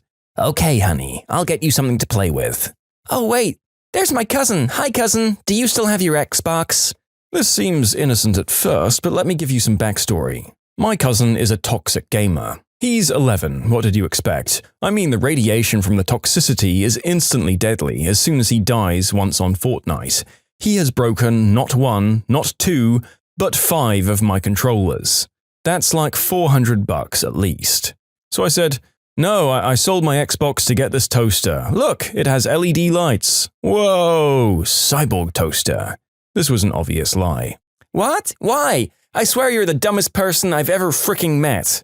But look at this cool toaster. Nobody cares about the fricking toaster, he screamed at the top of his lungs. Whoa, dude, breathe in, out. I don't care about your meditating bullcrap. Why the frick would you sell your Xbox, you retard? Because toaster. The toaster was $15 at most. My cousin storms off to his mum crying. I thought he was going to suffocate. He was wasting so much oxygen on crying. I went back to my room to avoid the 11-year-old baby and play some Watch Dogs for the nostalgia. You know the part where you talk to an exotic dancer and she isn't wearing a lot of clothing in particular, and you can see some no-no parts? Yeah, I was on that part. My cousin walks in yet again and sees the lady in question's chest. My cousin is now freaking traumatized and runs to his mother again. So we enter stage 2 of this whole debacle. She storms into my room. What the frick did you just show my son? I say, it was an accident, I swear, and I never gave him permission to come into my room. He's not a fricking vampire. He can go wherever he wants. Okay, I'm fine with that. Just stay out of my room from now on. My little angel can do whatever he wants. He told me everything. I'm taking all of your electronics and I'm suing you for emotional trauma. Okay, first of all, you can't take my stuff, that's stealing. Second, get out of my room. Third, even if you tried to sue me, I could just say that you tried to steal my belongings, which is true. And fourth, I never gave you permission to come into my room and he should know basic manners by now. All of this is your fault and you're setting a bad example for your child. And this witch has the audacity to throw a comeback. Excuse me, I am the adult and you are a dumb 14-year-old. Then my frickin' cousin cuts in again. Mom said we're taking all of your stuff and that's final. See what happens when you open your mouth? This is because you're a dumb 14-year-old and you have the nerve to talk back to me. I'm an adult and I can punish you however I want. Little did they know the wild granddad was stalking his prey. Presumably my aunt and cousin. The wild granddad strikes with a comeback and overheard the last parts of the conversation. He storms into my room. Get out of my daughter's house now. I don't know why my son married you. To think I have a thief for a daughter-in-law. Then my friend tunes in over the chat system. I heard the entire conversation too. He has a really crappy mic, so that's why he hadn't said anything and had only fixed it now. To be honest, I was pretty shocked as well. I thought he was away from keyboard or something, but little did I know, my friend went absolutely sicko mode on my entitled aunt. My frickin' god, stop touching his stuff or I'll call the cops. We will agree to sue you for attempted theft and verbal abuse. You're in the wrong, wake the frick up. Keep in mind that there are more people defending him than you, so there's little chance the trial will be in your favor. You'll be in community service and I know the kind of person I'm dealing with. You're the kind of person who thinks everything can be handed to them on a silver platter, but guess what? If you don't leave OP alone now, you'll be lucky to find a plastic bag to use. My aunt was very religious and thought Satan was speaking to her. She isn't the most tech-savvy person in the world and confuses a Nintendo Switch for a Game Boy. Yeah, she knows nothing about tech. Spawn of Satan, leave me alone or I'll put the crucifix on you. You dare hurt a person of God, and I'll exorcise you with my own bare hands. My friend just answers, "'Kay, I am in the right because I follow the word of God. Anyone who doesn't agree with me has crawled out of the depths of hell." My granddad was getting pretty teed off and called on my uncle to get his wife out of my room. I forgot about my cousin and then saw him running down the stairs with my Xbox One, 2 terabytes and around 80 digital games, and he was running as fast as he could to my aunt and uncle's car. Thankfully, Grandpa and Uncle got my aunt out of my room by locking her shoulders, I'm not kidding, and literally lifting her up into the air so she couldn't move. It was weird. Uncle saw my cousin with my Xbox is the original black and white, and my cousin already had an Xbox One S. Those things are white. I don't know why he stole my Xbox, maybe it was for the games. But my uncle was having none of it. "Where did you get that Xbox?" "It was mine. OP stole it when he came to my house the other week." "Don't pull that crap with me. I know your Xbox is white." He repainted it to make it look like it isn't white." "So I'm just saying, stop, that's my Xbox." "See, give it back now." My cousin is bawling his eyes out as he gives me my Xbox. My aunt gets back in the car after Granddad, my friend, and my uncle threatened to call the cops. My aunt and uncle at this point in time are going through a divorce, and for some reason, my aunt got custody because of laws favoring women in custody of children. Grandpa now helps my uncle pay child support. Excuse me, what the frick? Uncle makes a great dad, and I think he should have custody. My final messages are, don't be a jerk in front of your kid, and don't think you can get away with stuff because of your kids. Well, that was a journey into the deepest family reunion from hell. The cousin is certainly plausible despite what some people might think. I've met any number of kids like this who have flown into screaming furies because they wanted to play video games, and I can imagine that if they really did have a parent who enabled them this much, that something like this and the $400 of equipment damage could have occurred this way. Also, why has nobody held him accountable for these damages before? I'm just sad that this absolute monster of an aunt didn't actually try to sue a 14-year-old kid for having tig-old biddies on a television screen when the younger one barged in. As an aside, I can fully believe that this post was written by a 14-year-old, because you would not believe how much content I had to cut out of this post. As a bonus, I've located another crazy story from the same awful woman and her offspring, which we present to you after this message. If you like Am I the Jerk, you're probably going to love Am I the Genius. Check it out, linked below. Also, go to amithejerk.com/submit if you would like to submit your own stories. Okay, at the end of my last post, I said that my entitled aunt got custody of their kids. This made my uncle furious. He was so loving and so caring to his child, my awful cousin, and his other 3 sons. We all saw how he cared for his children. However, my aunt thought that she could buy her children's love. They were brainwashed and bought it until their teens when they realized what she was doing. Nobody bought it except my cousin, who was 11. He was very spoilt, and he was a total suck-up for stuff he wanted. The court trial was today actually, and oh boy, this was spicy. So, at the court trial, about 5 minutes in, the judge told my aunt to tell her side of the story. She made up some crap about how we oppressed her and her child. The court trial was going in her favor just because she lied. The judge was intrigued and then asked my uncle about the incident. My uncle was mad as heck. All that anger empowered him, and it went as followed. First of all, Your Honor, none of that which was said by her was true. I have witnesses to prove it. Me, my granddad, and my friend were there at the court, because my friend is my uncle's ex-sister-in-law's son, so in a way, we're related, I guess? We were both defending my uncle because we knew what happened. The judge asked if any of the witnesses were here today. Me, my friend, and my granddad all stood up. We all gave evidence, and we even mentioned my aunt's habit of buying her children's love instead of connecting with him.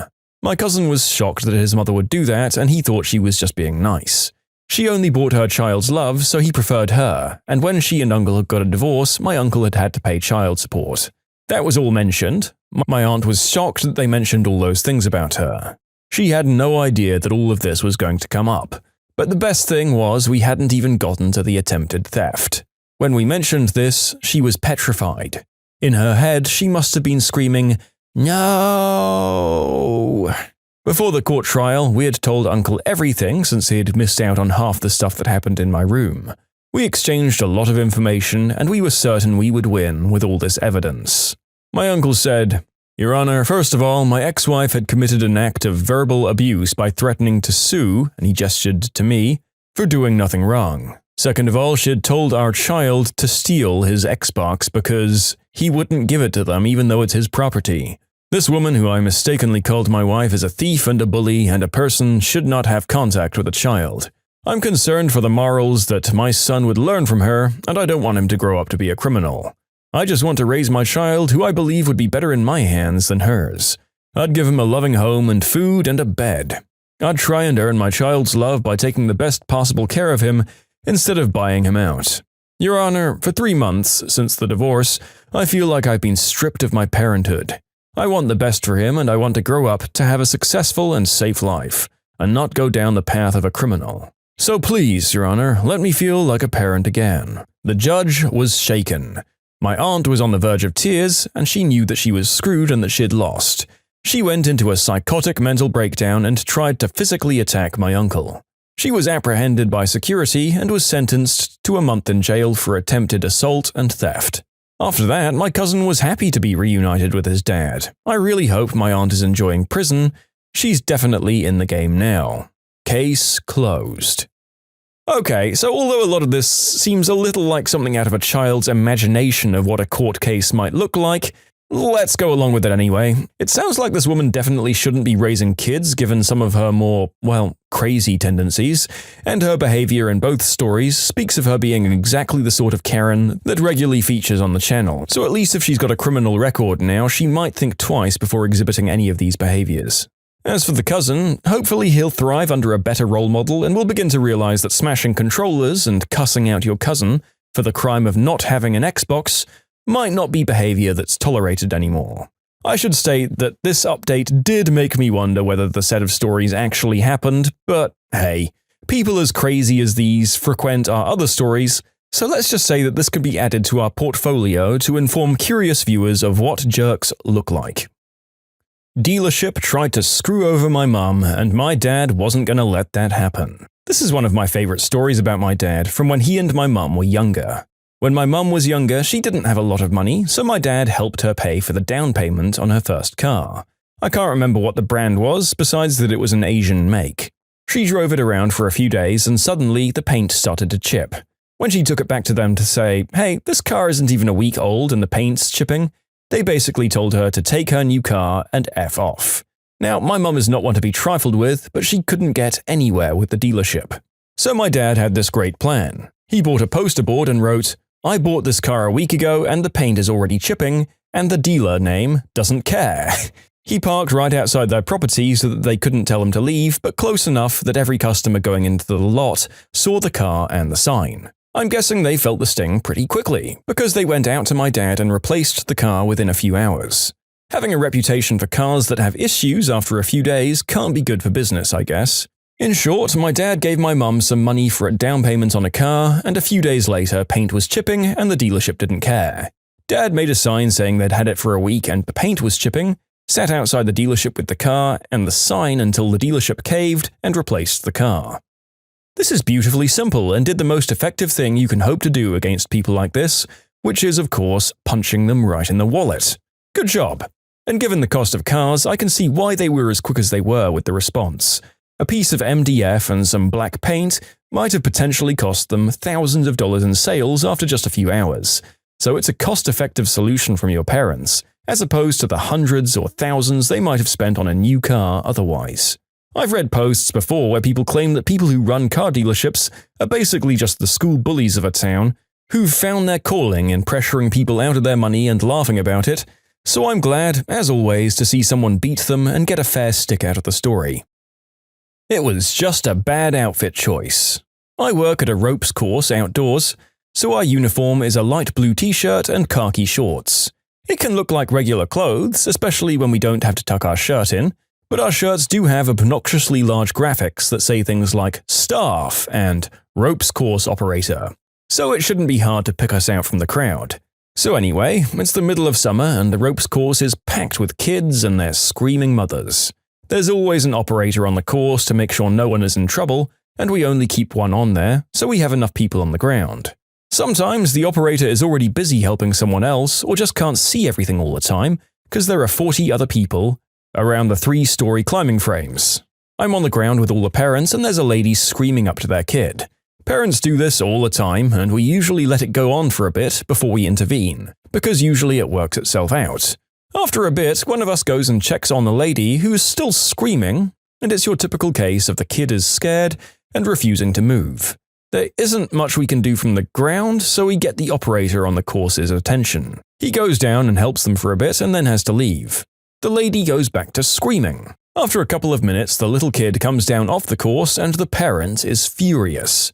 She's screaming at us now about how it's unbelievable that her child couldn't have complete one-on-one help and demands to know the names of the 2 men that stood around up there. That's when we stop. What? 2 men? She says, yes, I've been standing here trying to get their attention for an hour, she'd been there 20 minutes max by the way, and neither of them will listen to me. There aren't 2 people up there and we can't commit to just one person, everyone needs to be helped out here. Yes, there were 2 staff members. Look, one there and one guy over there. She then points to this middle-aged dad following around his kids wearing a light blue t-shirt and khakis. We tell her that man doesn't work here, he's here with his family. Luckily, this flustered her enough that she didn't ask for the name of the other guy to report him. Not that my manager cares, we get those reports all the time anyway. I wonder if it was a calculated choice on the part of the dad to wear his particular choice of outfit. It does seem like an appropriately troll-like thing that an embarrassing dad would do, but admittedly I can't see why anyone would want parents screaming at them when they aren't employed by a place like this, so either it's just an unfortunate coincidence or maybe he just didn't think this one through.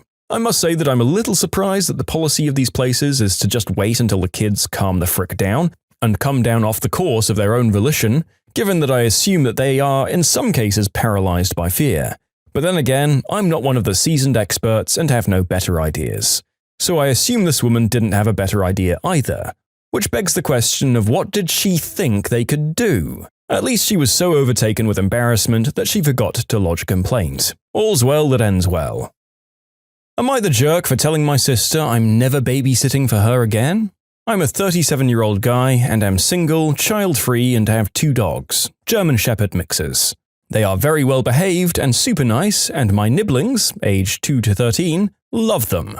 I have 4 sisters and they have 10 kids total, so I babysit a lot. I work from home and am pretty much always available to watch the older ones, since I can easily work while they're in my apartment. And when they need to care for the little ones, I just move my schedule around a bit. Yesterday, 4 of my nibblings were at my place. These ones were 3, 5, 7, and 8. The 7 and 8-year-olds are siblings. I have just one super strict rule at my house: no chocolate. It's deadly for dogs. I don't like it anyway, and kids can easily go an afternoon without it. The 7 and 8-year-old obviously brought chocolate with them and shared it with the 3 and 5-year-olds. I was in the kitchen making them drinks and they were in the living rooms. My dogs were sleeping on the balcony. I came into the living room and there were obviously chocolate crumbs everywhere. I asked who had the chocolate, and the 7 and 8-year-olds admitted that Mum gave it to them and they always have some with them, but usually eat it in secret. When my sister came to pick them up a few hours later, I told her what happened and she said that her kids are big enough not to make a chocolate mess. I told her I'm never babysitting for her again. She's furious and says I overreacted.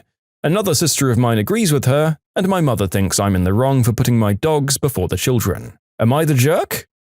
Nope. Some might say that it's a little bit of a harsh reaction, but if she's actively encouraging her kids to not follow your rules in your house, and then to conceal that from you, that's a major breach of trust when you're already doing her such a huge favor by looking after her kids. That's the big no-no here. Me and my siblings regularly did things that were against the rules in our own and other people's households all the time, but you can be darn sure our parents would not be on our side if they found out. Not okay, sister of the author. How are you meant to trust those kids again? If your family all agree with her, it sounds like they just agreed to babysit her kids instead of you. Enjoy the chocolate stains, family. Karen thinks that I'm a Costco worker and chokes me when I don't help her. About 6 years ago, I worked as a phone rep for a telecom company. They had a security rule that you needed to wear a lanyard with your photo ID tag visible at all times. Otherwise, security could get you into trouble. After a while of working there, I totally forgot that I was wearing it. After this following incident, I put myself in the habit of always removing it and putting it in my purse when I left work. One day after work, the man that I'll call my boyfriend husband and I stop at our local wholesale seller that begins with a C and ends with an O. I like to go during the week since it's less crowded and noisy. I have PTSD and borderline personality disorder, so crowds and loud noises are really hard for me to handle at times. The boyfriend husband is not only my partner in life, but also acts as my emotional lifeline if I get triggered. He hates it when I refer to him as my service animal. Any hoozles, we've been here for about 10 minutes when my bladder reminds me that having a large tea at about 3 p.m. might not have been the best idea, and we should probably find the restroom soon. I grab my cell phone but leave my jacket and purse with my partner and head to the restroom. My partner walks me as far as he can and then waits with the cart in the books section that's about 20 feet or so away from where I can duck into the washrooms. I usually text him when I'm coming back out and he can meet up with me. Now, I have to admit, I was wearing a red dress shirt that day, but never in my dreams did I even expect to be mistaken as an employee who wears a red vest. So I'm on my way back to my partner, who I can see about 20 feet away, when a woman, now to be referred to as Stupid Lady, talks to me as I'm walking by her. "Do you know where the blonde hair dye is?" I say, no, sorry, and I start walking along my merry way to my partner. Then I hear, "Excuse me?" Okay, so that's trigger number 1, yelling at me. Yay, my heart rate goes up and butterflies start in my stomach. I stop dead in my tracks and turn back to her and just stare at her. What the heck? She stalks up to me and practically snarls, "Where do you think you're going?" She's like less than a foot away from me, leaning forward in a very combative stance. Trigger number 2, invading my personal space. I can feel my face growing red and hot as I get angry and panicked. I say, "Excuse me?" You need to do your job and help me. Help me find the blonde hair dye. I then realize that she thinks that I work there and that I should probably defuse the situation and get my triggered butt out of there. So I do the stupid thing and speak to her as I'm trying to get away from her and over to my partner so I can calm down. I see him out of the corner of my eye as I start to turn, and that he's noticed me and he's coming towards me. While this is happening, I'm saying to the lady, "I'm sorry, I don't work." Trigger 3, grab my lanyard and pull on it, effectively strangling me. We have a winner, folks. She-Hulk is now engaged. Warning, warning. Yes, so she actually grabbed my lanyard and pulled on it so I couldn't leave. And the world for me disappeared completely. You should note that in the past I've had 2 reactions depending on the triggers. If she hadn't grabbed my lanyard, I probably would have turned into a blubbering mess and hyperventilated myself into unconsciousness as well. I've had crying moments when people cut in front of me in the supermarket.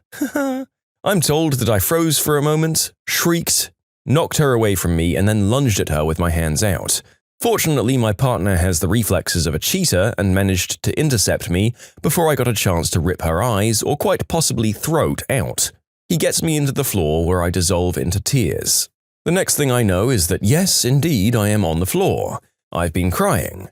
There's not only several employees and managers, but there's also security. I flip out and dissolve into sorries and tears again. I hear stupid lady shrieking at the manager for hiring unstable people to work in the store, and "I want to press charges and sue the store." The manager is trying to get a word in edgewise that I don't actually work here. My partner, however, is being awesome and helping me calm down. Once I'm just down to shaking, he puts my coat around my shoulders, stands up, and walks calmly towards the lady and the manager. A word of note about my partner: he's a goofball. He loves to joke and kid around. He's the king of dry wit and bad puns. He's almost always smiling, except for when he's mad. He shuts down and becomes very still and quiet. It's creepy and scary. Until that day, I hadn't really seen it directed at another living human being at the time. Up until then, it was just rages at video games. As the lady is screaming, "I want her arrested and charged for assaulting me. Just wait until I speak to my lawyer. I'm going to own your butt when I'm through with you," he says, "Go ahead and call the police. It won't do you any good." She turns on him and practically growls at him, "You stay out of this." "No, you can shut your stupid mouth and listen to someone else for once. Or if you don't shut it, I'll finish what my wife started." He said this calmly and quietly, only emphasizing that I was his wife. Her mouth snaps shut and she gets a little bug-eyed. "As I was saying, call the police. I want to press charges on behalf of my wife against this woman for assaulting her. Also, please call an ambulance. She has red marks on her neck from where this woman tried to strangle my wife." And yes, he really did snarl the word woman. It was freaky. She protests, "I didn't know such thing." "Yes, you did." He projected that. He didn't yell, it was just heard over the stupid lady's flip-out. Again, her mouth snaps closed and she's even more bug-eyed than before.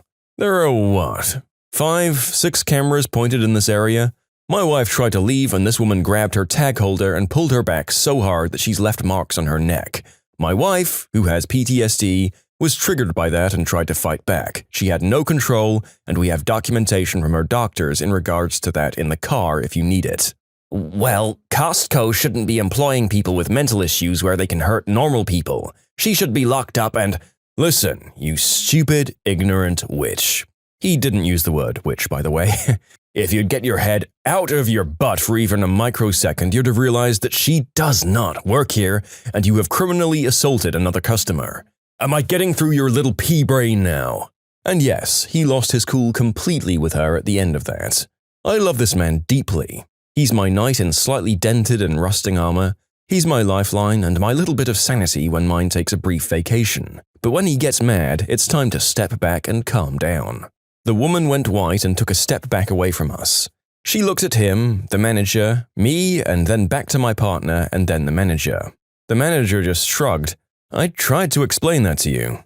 Stupid lady then dissolves into apologies and is trying to backpedal her stupid butt out of there before she got herself into even more trouble. And then backpedaled into the police officers the store had already called. To make an already long story a bit shorter, we explained our side, she explained hers. The manager showed the video, They took pictures of my neck, and the stupid lady got a nice new pair of stainless steel bracelets. Me? I got a trip to the emergency, x-rays, more pictures, and then some lovely anti-anxiety meds, and I was a zombie for about a week afterwards, and then a nervous wreck for about 3 months after. Stupid lady made a deal and got off with probation, and we got victims' compensation. That awful human being had to pay me restitution.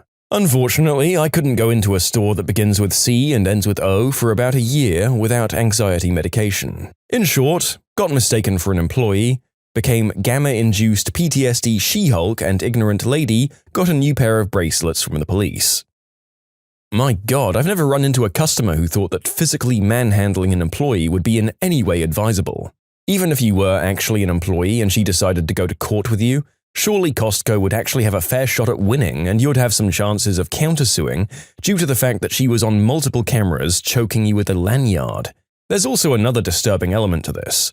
She assumed that strangling an employee was fine, and didn't even contemplate that she could be doing anything wrong until it was pointed out that it wasn't a minimum wage staff member, but another customer.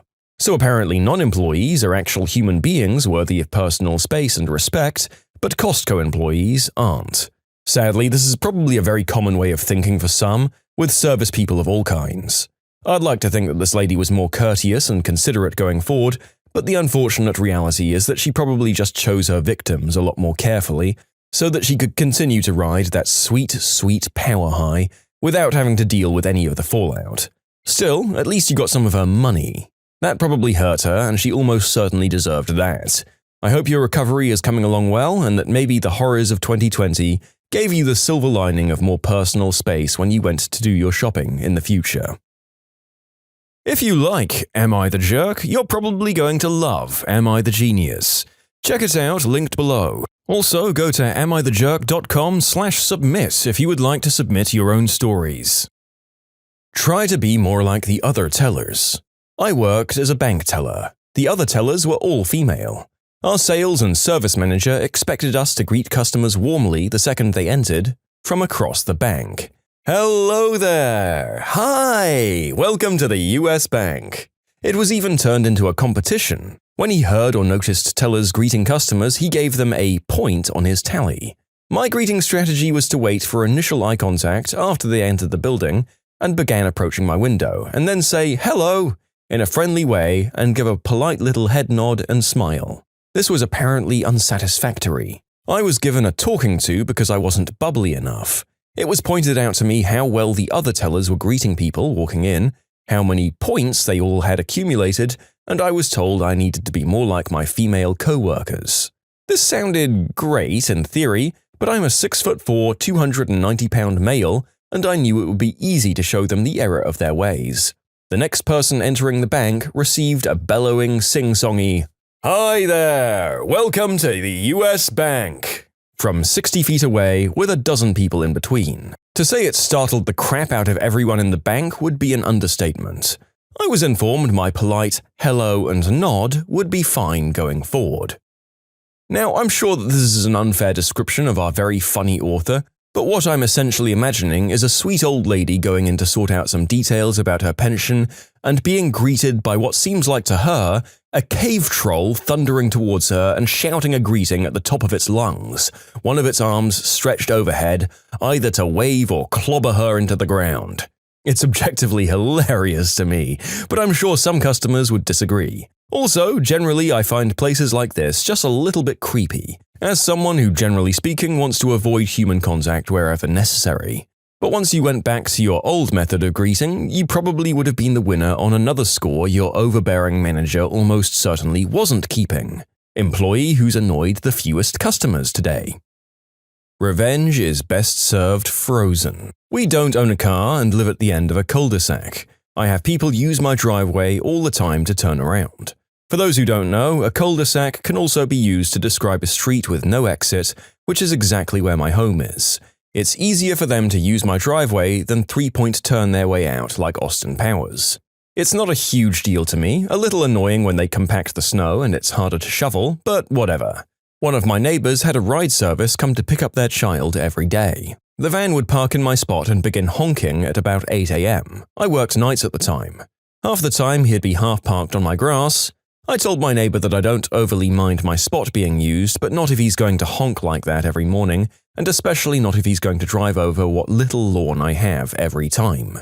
She spoke with him, and he ignored it.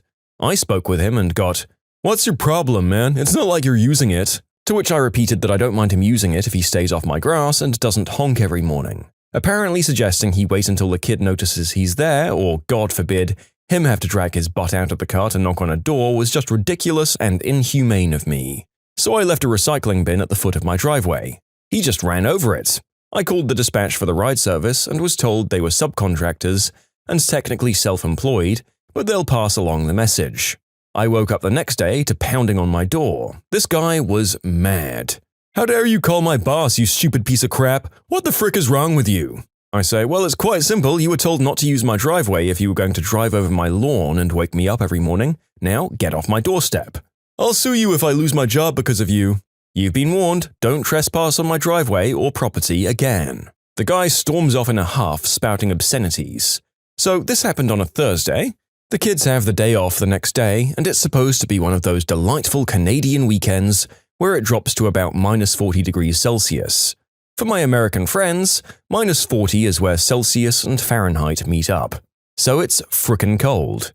So that night, I grabbed one of my more beat-up plastic garbage bins, made sure to plug all of the holes with a generous amount of duct tape, tack a sign on it that reads "Private Property, Driveway Not for Public Use," and proceed to fill it to the brim with water.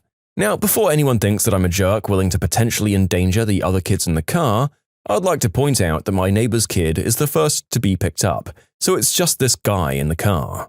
Cue Monday morning. He sees the garbage can, backs up a bit more, and defiantly charges the garbage can as if to teach me a lesson, and proceeds to cause some pretty serious damage to the front end of his car. He gets out fuming, calls the cops, and comes pounding on my door screaming about how I'm going to buy him a new car and that I'm about to be arrested. The cops get there. "So let me make sure I understand the situation. He asked you not to park here if you couldn't refrain from honking, then warned you not to park here and put up a barrier. Now you expect him to be charged and pay for damages you caused yourself to your vehicle in an attempt to destroy his own personal property." I'll never forget the look on his face when the officer said, "Yeah, that's not how this works," and turned to me asking if I wanted to pursue charges for him damaging my personal property. I just gave him the most crap-eating grin I could muster and said, "Nah, I think we're good." And then I went back inside to enjoy a morning coffee while watching him from my kitchen window as he paced back and forth in the cold, waiting for a tow truck and having to call the company he worked for to explain why they needed to send out another driver to complete his route. For some closure here, no, I never saw him again. As for the police officer, I wasn't aware that it wasn't up to me to press charges, and he didn't say anything about it either. I assume he didn't really want to have to bother with the paperwork and thought I might have gotten upset if he had said, "Well, I don't see the need to press charges at this point." So he made it seem like it was my choice. My rationale here is that I'm somewhat lazy and would likely do the same. I was drinking morning coffee because they were 6 p.m. to 2 a.m. shifts, so night shifts but not quite overnights, and I usually got up at around 10 a.m. Every time he'd wake me up around 8 or so, I wouldn't be able to get back to sleep. Hence why I needed him to stop. Yeah, look, I like to side with the little guy as much as anyone, and being a contractor for a ride service would normally qualify you as such, but the driver in this story was actively going out of his way to be unpleasant and to make the person whose property he was using's life difficult at this point. Generally, the underdogs we cheer on here on the channel try to avoid conflict until it's no longer possible. This driver sounds like he actively woke up, looked in the rearview mirror, and chose violence every day. Yet another story where you have to wonder what he was thinking when he called the cops or the authorities in question. You willingly rammed your car into someone else's property. What are you going to charge the person for? Having something on their own lawn? I can't imagine just going this much out of my way to get into a fight or show dominance every day. It's the height of insecurity. Hopefully this got him to show some humility going forward, or even better, made him change his assigned route or area every day. Because I'm desperately hoping that he was too smart to know that any revenge he took would easily make him the first suspect at this rate. But you never know, he seems pretty dumb. Remember cassette tapes? No, you're too young. I don't know what the deal has been lately, but older folk, namely my co-workers, have either been vastly underestimating my age or seem to think that certain technologies are much older than they actually are. For example, I was just talking to my coworker yesterday about streaming services and mentioned how complicated it was to burn CDs back in the day when you wanted to add or remove songs from your playlist. My coworker then says, "Remember cassette tapes? Oh no, you're too young for that. Back in the day, we had to..." And he goes on to mention the trouble with cassette tapes. After she finished, I mentioned that I do in fact remember cassette tapes and had a few of my own growing up. I genuinely think she didn't believe me. Stuff like this happens all the time. I also had a coworker not too long ago talk about how I'll never know the troubles of adjusting a TV antenna, and I definitely do, or using floppy disks. I was setting them up until 2009 in school actually, or looking for a payphone. It was how I called my parents to be picked up from the mall. I was born in '94. I'm not that young. I grew up with and most definitely remember all of these obsolete technologies. It's insane that those of us born in the 90s have gone through so many different forms of media in such a short period of time. Our family car trips went from cassettes to CDs to plugging in an MP3 player and then finally just streaming it all from a device by the end of my teenage years. At least that final particular form has been pretty stable now, even if all the different platforms that we use for streaming come and go. But yeah, get some perspective, older people. If the person you're talking to is over 20, they know what you're talking about. My stupid and ignorant sister asked my other sister and her boyfriend, who were dwarves, to be the flower girl and ring bearer in her wedding because she thought it would be cute. The title says it all here. I wish I was kidding. We're all over 30, no kids. Neither of them have developmental delays. My sister is a medical coder at the hospital and her boyfriend is an insurance underwriter. They're regular adults who happen to be under 4 feet tall. When they were asked to be in the wedding party, they thought they were being asked as bridesmaid and groomsman, not in roles that children normally do. There are children invited to the wedding, but they're taller than my sister and her boyfriend, so they were asked instead because my bridal sister thinks it would be cute. I was stunned when she told me she had picked these roles for them and she didn't see the problem. I can't believe her ignorance, and both my sister and her boyfriend are obviously upset. She's asked them and they were hurt and insulted. Her fiancé was there when she phoned them and didn't seem to see anything wrong with the request. They won't be flying down for the wedding and I'm not going to either. Obviously, we had to cut on the silence here in editing, but the narrator feels like he should point out that he stared open-mouthed at the screen for about 10 seconds after reading the title because my god, that's just insane! How has this conversation not come up before if she's so clearly ignorant about this sort of thing after 30 years of growing up and being around her sister? Look, I'm all for breaking traditional weddings and having something niche and original, but slotting in 2 little people in an otherwise traditional ceremony in the place of children feels at the very least downright strange and at worst pretty tasteless as to their status as grown adults. His wife hates him for not making it to the NBA, so she cheats on him to get alimony, but he has a plan. This is about my former boss at a pretty big grocery chain. So Dave was a pretty average guy, 40-something years old, graduated high school, married his high school sweetheart, and got a stocker job at a grocery store and worked his way up to store manager. I worked at his store for 8 months and he was a great boss. Everything got weird in month 9 when he was suddenly fired, and the very next month he came back as the produce manager. Then the produce manager, Bob, suddenly became the store manager. I was stocking with Dave one night after the fact and asked him what the frick was going on, so he told me. Turns out Dave's high school sweetheart wasn't so sweet. She married him because he was 6'7", the star of the basketball team, and she thought he was going to play in the NBA. When he chose quiet, small-town life instead, she never forgave him for it, nor did her well-to-do white parents. No money, no tolerance types. She even cheated on him with guys that worked beneath him in the stores he managed. He told me he had to change stores 5 or 6 times over the years, but had stayed with her for his kids. She had threatened to take them away, and he didn't want them to suffer or for him to be known as another deadbeat N-word to everyone in the community. So he played the long game. He was a good father to his kids. When her wife's parents died, he used the big inheritance to pay for all 3 of the kids to go to really good private schools and top-tier colleges, with the rest set up in a trust fund. He lived frugally and got an accountant to manage his savings. At the youngest kid's high school graduation, he served his wife the divorce papers and walked away. She can't get alimony because he needs to be gainfully employed for 12 consecutive months before they can take anything. So every 11 months he gets fired and rehired at a different position with the same pay. The inheritance is gone because he spent it all on the kids, and his savings is off in Uzbekistan or something where she can't touch it. She got the house but has never worked her entire life. Her looks have faded and she has no money in the bank. Last he heard, she had to sell the house and move in with her sister. He still has a great relationship with his kids and is loving his midlife crisis because there are a lot of girls nowadays curious about that big black cockerel. I went into the store when I was back home and Dave was still there and still getting fired every 11 months. There seems to be some confusion from people writing in. Alimony is not child support. Alimony is post-divorce payment to a former spouse so they can keep their standard of living and has no end date. So a person could technically pay alimony until the day they died. And yes, afterwards I did some fact-checking. I was nosy and wanted to know if anyone who she'd screwed was still working there.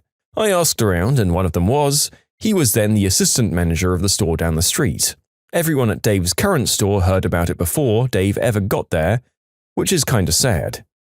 Well, I don't love the idea of this guy destroying his admittedly terrible partner's life once the kids were gone, but it does sound like maybe she was inflicting maximum misery on him for many years leading up to that point. Otherwise, Dave sounds like an alright guy. I don't begrudge him for not wanting to give up his wages on alimony, but going the extra distance to make sure she had nothing that her parents had left her seems a bit far. I think the silver lining of that aspect is that at least the kids were provided for. I do kind of hope that the wife can just turn all this around and get some kind of job to maybe provide for herself, maybe sell the house and downgrade a bit. But yeah, if you spend that long just making sure your partner's life is miserable in a small town, I'm not sure how much goodwill she'll have left in that place. I can see how it would be satisfying for the guy in the story, but I don't love how it all worked out in the end here. Even the jerk managers and Karens we read about mostly just get a speed bump and a slap on the wrist, not complete upheaval and no means to provide for oneself going forward. If you need to pee more than twice a day, you need a doctor's note. Okay, sure. Cleaning out my home office today and stumbled across paperwork I'd saved for whatever reason from a crappy call center job I'd worked at 15 years ago. This was an outbound sales thing and it was non-stop calls all day. Needless to say, the job sucked. With the constant talking, your voice would start cracking throughout the day if you didn't hydrate, so I'd bring jugs of water to sip on all day long. This of course meant frequent trips to the bathroom. I never took advantage of these trips and they were always 3 minutes or less, but of course this wasn't good enough for management. Oh no. One day my manager demanded I get a doctor's note if I wanted to pee at any time other than one of my 2 regularly scheduled breaks. I could tell she was convinced I would not do it. I scheduled the appointment and filled the doctor in, who thought it was hilarious that this manager either 1. Didn't understand biology or 2. Was on a huge power trip.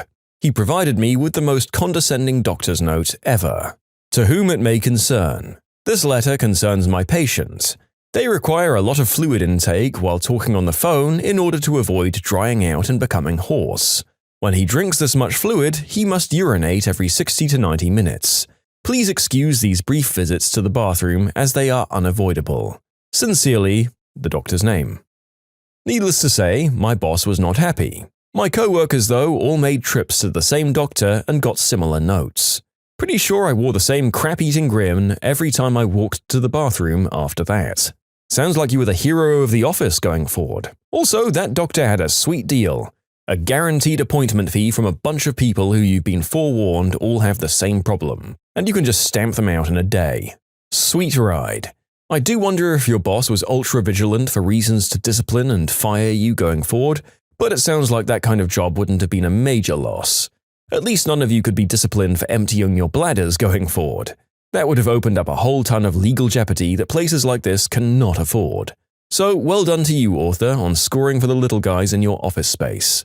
I just wish you'd chosen your words a little more carefully. Crap-eating grin when you're talking about trips to the bathroom opens up a whole bunch of questions that I'm not sure I want answered. Neighbor yells at me for making her kids starve. Let me start by saying that I live in a low-income area, so it's not uncommon for people to come up to me and ask me for all sorts of things. In the beginning, I was naive, and a lot of the time I obliged, whether it was a cup of sugar or a rolling paper, a cigarette, among other things. Well, this one family that lived across from me asked more than anyone else. I caught on quick and said no when it came to most things, but when her kids started knocking on my door asking for food, it did make it hard to say no. Originally, they just wanted syrup to put on their pancakes, and we don't really use it much, so I gave them 3/4 of the bottle that I had left. 2 days later, they came knocking again, this time asking if I had pancake mix.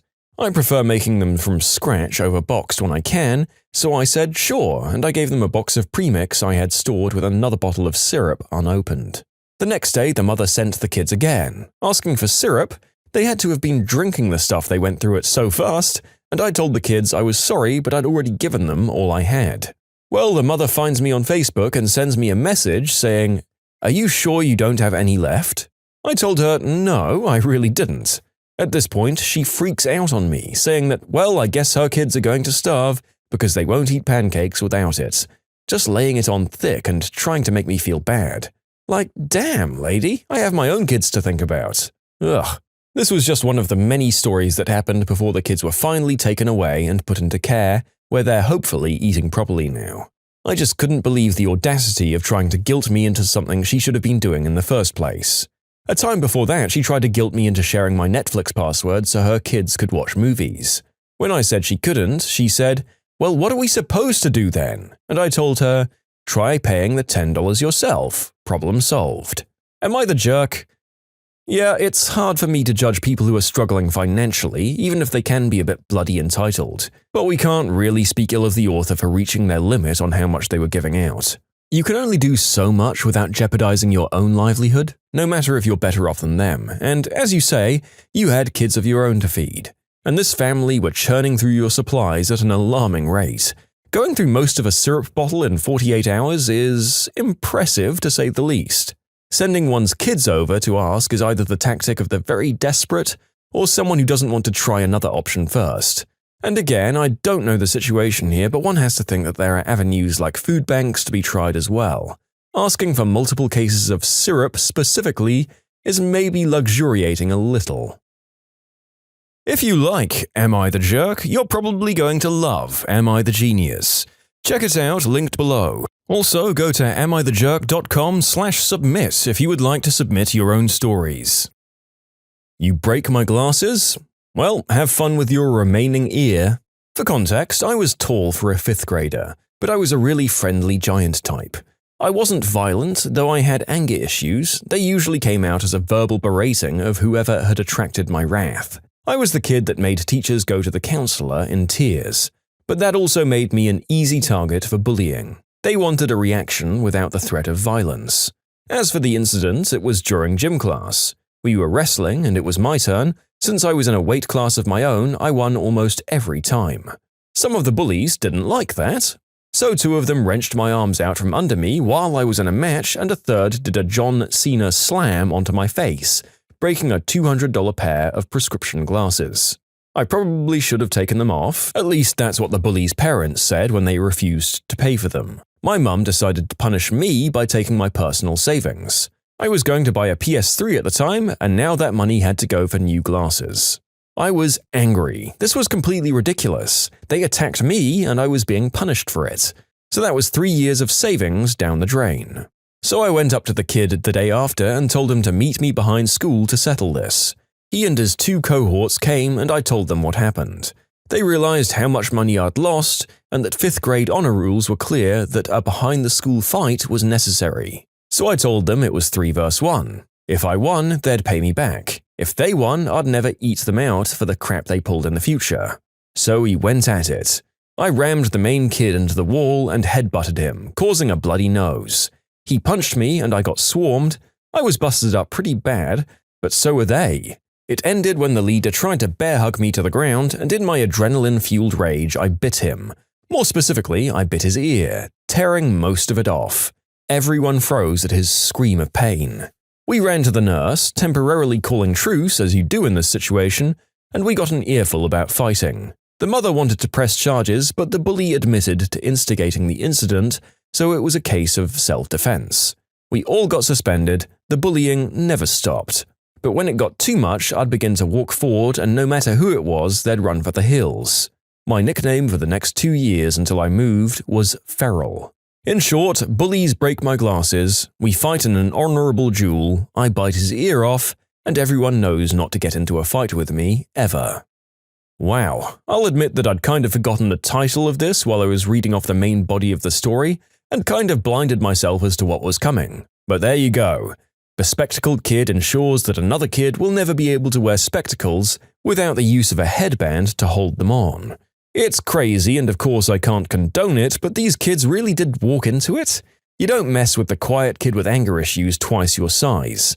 If the kid you're fighting seems that sure of their own chances in a 3-to-1 fight, surely you have to wonder what their angle is. That said, kind of have to marvel at the bullies' respect for the rules of this particular engagement, and they're stopping the author from getting into quite as much trouble as he might have otherwise been in. None of the bullies in my school would have done that, especially after losing an ear. When gratitude turns into entitlement. My parents always taught me to be kind and show compassion to others. They said, it's not just because we're Christians, it's simply the right thing to do. And I believed them when I was young. I had a black and white moral compass where I expected good things would happen to me if I did good things, and vice versa if I did something bad. As with anyone, I realized the world wasn't so simple while growing up. I had tons of experiences where people took advantage of me and my parents' kindness, but this particular experience made me completely done being nice. We lived in a large house with 1 extra bedroom, and we rented it out for people who couldn't afford their own place. $200 deposit and $500 a month, with negotiable pricing. There were both good and bad tenants moving in and out, but my entitled aunt topped everyone. A few years ago, she got a divorce due to her horrible spending spree with her husband's money that almost resulted in bankruptcy for him. Uncle and aunt were already on a rocky relationship, but this sent him over the edge. Since my uncle had claimed ownership of the house without her knowledge, she couldn't say crap when she was kicked out. She also had no job, meaning she was on the verge of being homeless. Her brother, aka my dad, felt really sorry for her and offered her to move into our spare room, at no rental. My mother and I were against this because 1, my mum didn't like my aunt from the start, and 2, we needed those monthly payments to cover utility and house management. Dad said it was only temporary and will ask for the rent. My aunt at first was really grateful, and between leaving the house for job applications and interviews, she helped out with some of the house chores, such as cleaning and laundry. My mum gradually began opening up to the aunt and offering her free 3 meals plus access to both pantry and refrigerator. My aunt, in her own words, swore to make it up to us one day. But my family was about to learn her true nature, and it was something that even Dad didn't expect. After 3 months, my aunt just stopped looking for a job and spent most of her days doing nothing but staying in the room. My parents started to get really impatient with her, and when they confronted her about it, she simply said, "Well, I help around the house, don't I? I thought that would cover the rent." And Dad reminded her cleaning and laundry use up water and electricity, which cost utility. She just waved him off, treating his words as a joke. She also decided to allow my awful cousin over during the weekend visitation, and the apple didn't fall far from the tree, because both of them were just the worst. My cousin decided everything in our house belonged to her, and she would frequently take my stuff. My aunt kinda shrugged it off as, oh well, she's still a child. My aunt also decided to take free meals as a granted from that point, and started to complain and nitpick every single thing that was wrong about the dishes. This made me and my mum really angry, because often both of us were the ones who did the cooking, and sometimes it took us hours. My aunt, with no cooking knowledge whatsoever, acted like she was a gourmet food critic. She also decided to shove all of her chore duties to me, complaining about how, "I'm too old to do this," or, "Because I'm your elder, you have to respect me." This went on for another 3 months until my aunt did something so horrendous even my dad wasn't going to tolerate it. You see, we had a huge safe in our basement, and that's where my parents had kept all of our savings and valuables that were roughly about 10 grand. These savings were their retirement savings or my university tuition, which I promised to pay back on my own terms. One day, my dad opened it to see almost all the money gone, save for a few bundles of $100 bills and jewelry pieces here and there. Later that day, we saw my aunt walking in with my cousin, both of them holding expensive handbags and shopping bags from Nordstrom. When we asked my aunt about this, she openly admitted to taking the money out of the safe. How she got the combination was beyond us. When my parents asked why, she simply replied, "Because we're a family. That money also belongs to us." While my mum was yelling at my aunt for how selfish they were, Dad went inside and grabbed the biggest box he could find, tossed all of their stuff inside and practically threw the box at my aunt. He threatened to call the police for trespassing if they don't leave by the end of the day. He said to her face, "As far as I'm concerned, you're dead to me."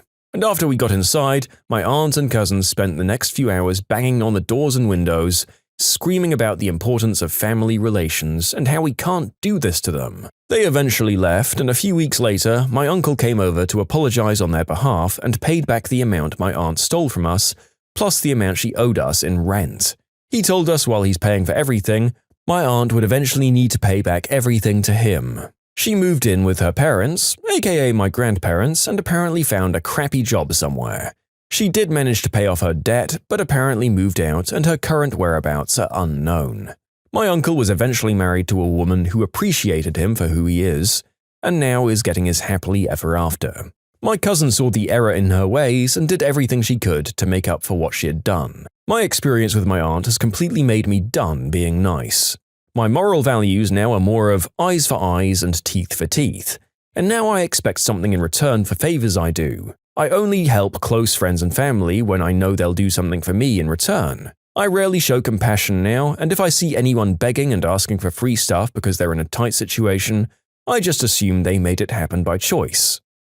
Well, I'm sad that the author's new life outlook is the note that we had to end on for that story. Surely you have enough good role models in your life that you don't have to go full 180 and treat every life interaction as a transaction? I kind of feel like this was the wrong lesson for you to take from this. She, your aunt, is an example of why giving and generous people are so valuable and important in our lives. But one point the author and I can certainly agree on is that their aunt seems like an absolutely draining leech of a human being. The most I can credit her with is that at least she wasn't a deceitful one. Just really dumb to first buy everything from the locked safe of family savings, and then to outright admit as such to the people she took it from. What a moron. It goes to the extent where I'm just not sure that this woman was capable of contemplating consequences. At least it seems like she might be learning to provide for herself and that she hasn't tainted the family genes. Her daughter is already on a better track and seemingly learning that all-important element of accountability. So maybe there's hope for her too. My late boyfriend's memorial picture that his family posts whenever they talk about him was his reaction to my chest. The picture is beautiful. He had glowing blue eyes and the most beautiful smile. The sun was shining on his golden blonde hair. He looks like an angel in the picture. The smile that had been used in every Facebook and Instagram post was induced by me flashing him to get a nice picture. I forgot about it entirely until I saw an old message to a friend I'd sent the picture to before. So now the picture that is mostly posted of him on his family's social media is his genuine reaction to his girlfriend's chest. I think that's exactly how he would have wanted to have been remembered. Well, from the narrator's point of view, this is an entirely positive story.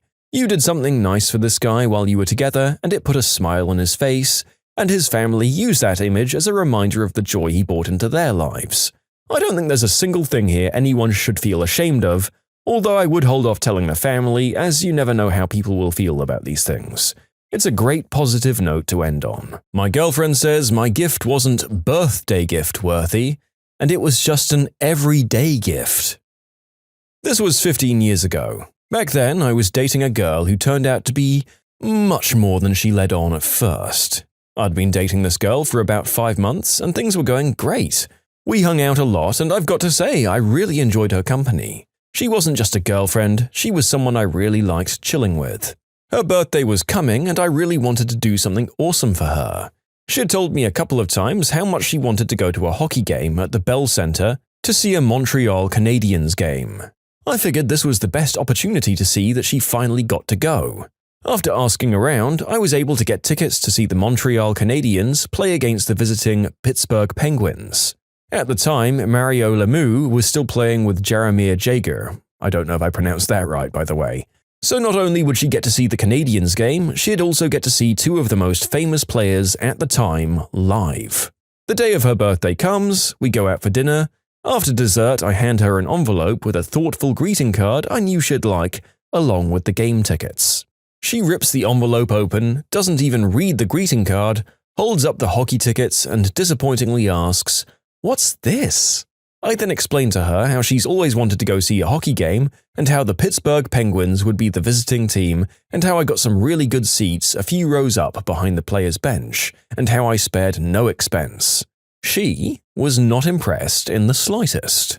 I appreciate the thought, but this is the kind of gift I'd expect to get any other day. This is my birthday. I expected something shiny. I paused for a moment because I honestly thought she was trolling me or just wanted to make me sweat for a second. But no, she was dead serious. She moved the tickets into her purse and then told me she'd give me a chance to make it up to her. You're probably thinking she was right to be disappointed because, hey, hockey tickets, right? Well, truth be told, in Montreal, a night at a Canadiens hockey game is by no means a cheap date. The tickets themselves went for $350 for the pair. Montreal loves its hockey team, and tickets are hard to come by. This drives up the price. Not to mention that these were great frickin' seats. The cost of parking is astronomical, not to mention the cost of anything from the concessions is a pure rip-off. I'm crapping you not, 4 hot dogs, 2 fries, and 2 Cokes go for about 50 Canadian dollars. So adding it all up, it's a very expensive night of about $450 to $500. From then on, the relationship took a hard left turn. Her attitude changed, she wasn't the same person anymore. I was truly turned off by her lack of appreciation for the gift, and truly, I started giving less and less of a crap. I broke it off with her, and I was upset that it was over. Up until the birthday fiasco, things were amazing, and I truly believed she would be the one. 2 weeks go by, and I get a call from her mother. It seems that she liked me from the couple of times she and I had met. She seemed to be genuinely concerned about how things went bad between her daughter and I. So we talked for a bit, and this is how I got to understand where my ex-girlfriend's sense of entitlement came from. The mother asked if I was doing okay, and I replied honestly that I was upset and hurt that things turned bad, and how I was happy until things changed. I expressed my disappointment at her reaction toward the gift. Mother asked whether I would go back with her if things would be as they were in the beginning, to which I said yes. Well, if you want her back, you need to show her how much you love her. Get her a ring. She'll take you back if you do that. I felt as if I suddenly sobered up from a night of drinking. Instant clarity. I conjured up all of my willpower to keep myself from telling her to F herself and take her daughter with her. I simply replied with, "Thank you for wanting to help me with this. I have a lot to think about. I will surely be speaking to you soon." Believe me, not yelling was not easy. I ended the call. It was hard to get myself to calm down after that. It took me a few days to let all of that anger boil away. My ex is the jerk, right? If you think you deserve daily gifts for the value of several $100 each, you live on a truly different planet than the narrator does. Honestly, even if you are a millionaire who can afford to be this way, who wants to be just buying so much disposable crap all the time? Cook me a slap-up spaghetti meal for my birthday and I'll be a damn happy man. Assuming that she really did like hockey and wanted to see those particular teams, how is this not a fantastic present? An experience that you've said you really want to try at a cost that nobody could really turn their nose up at. And let me just reread how long you guys were dating before the incident here. 5 months? Are you kidding me? Sounds like she did you a huge favor by sounding the jerk alarm early. Also, the fact that her mother thought the solution to this was to get hitched? To tie your wagon to someone who clearly expects the vast majority of your time and finances going forward to be devoted to material things for her? Things that she'll be temporarily fascinated by, until 24 hours roll by for the next gift, by the way. Nope, no thank you, dodged a bullet there. I do work here. Do I need to stand behind a counter to prove it to you? I just got home from work and this man really got to me. It was a busy day for returns at the car rental company I work for. This also means that there are many empty spaces in our parking lot because of lots of people renting cars. So I see two cars pull up in the return area and one of them pulls forward into one of the spaces reserved for luxury cars for rent, facing the rental counter in order to entice customers. It really irks me when people park here since there's a solid line demarcating the end of the return area. But they all do this all the time, so I just put up with it. I go to the second car first because he stopped in the return area and I was feeling spiteful. They returned their car normally, I scanned the barcode on the windshield, addressed them by their full name, and then walked them around the vehicle. Then I ask for keys and record the odometer and the fuel level. My machine prints them a receipt and they're on their way. Bear in mind that I'm in full uniform, which has been described to me as resembling a pit crew member, and I have a handheld scanner and printer. After I finish with this first customer, I go over to the car parked in the wrong place and scan its barcode as I walk around the vehicle. I say, "Keith, last name?" his full name, and he says, "Yeah," warily and giving me a suspicious look. I then ask, "Keys are in the vehicle?" And he says, "No, they're in my pocket." So I say, "Could I grab them from you, please?" And he says, "I don't give my keys to nobody," and storms off into the building to get in line at the counter. So I go behind the counter and install myself at a computer, checking the number of returns for the day and the manifest to prove to him that I'm actually an employee. He still waits in line until my coworker has just finished renting a car. He walks up to the counter and my coworker says, "Hi, how can I help you today?" And he mumbles, "Returning." My coworker says, "Sure. My friend here will be able to help you out with that. He'll go get you a receipt." I run outside and check the odometer and fuel, and I go back inside and shove his receipt at him, not waiting or caring whether he'd been charged the correct amount. I turn on my heels and run back inside. Screw him, I've never been so disrespected by a customer. Okay, look, I have to be honest here, as someone who's both worked in many service jobs and read a lot of horror stories about the worst sort of encounters here, this doesn't stand out to me as being a particularly brutal one in the history of customer-worker encounters. I mean, sure, the guy is a weird and surly jerk, but this is like par for the course in most hospitality jobs. Still, I'll admit, these incidents do leave you fuming even when they happen every day. I just think our author needed a little more time to get over it. I just think that if this is the worst a customer has ever talked down to you, then you've been damn lucky in your employment up to this point in your life, my friend. I will say that there's something very strange going on with this guy who actively refuses getting the same service but sooner from someone in clear and obvious uniform. Was he just super wary of scammers or something? Like to a paranoid extent? We'll never know. I'm not interviewing, I work here. I'm so glad to be able to finally share my experiences. A few years ago, I'd worked for the company for over 5 years as a database administrator and a team lead for the database group.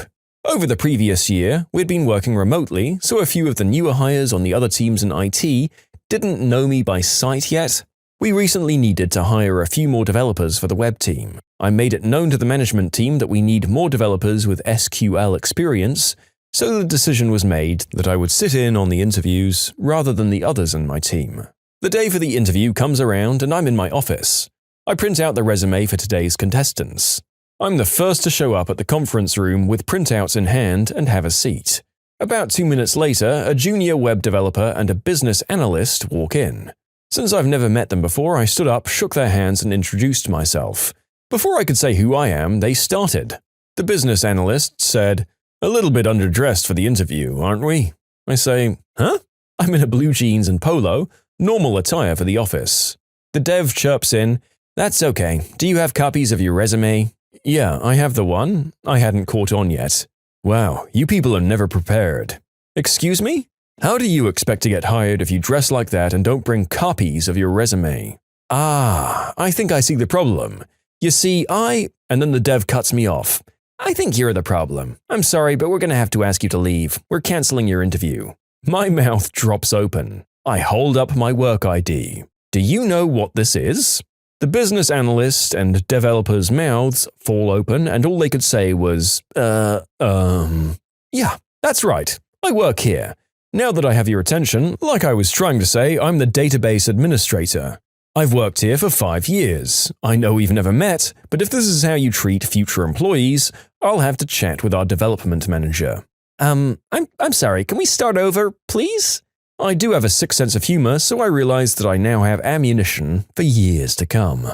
About 2 minutes later, and the development manager shows up with the first contestant, the actual interviewee, and the games begin. I did have a little chat with the development manager about what happened, and we had a great laugh about it.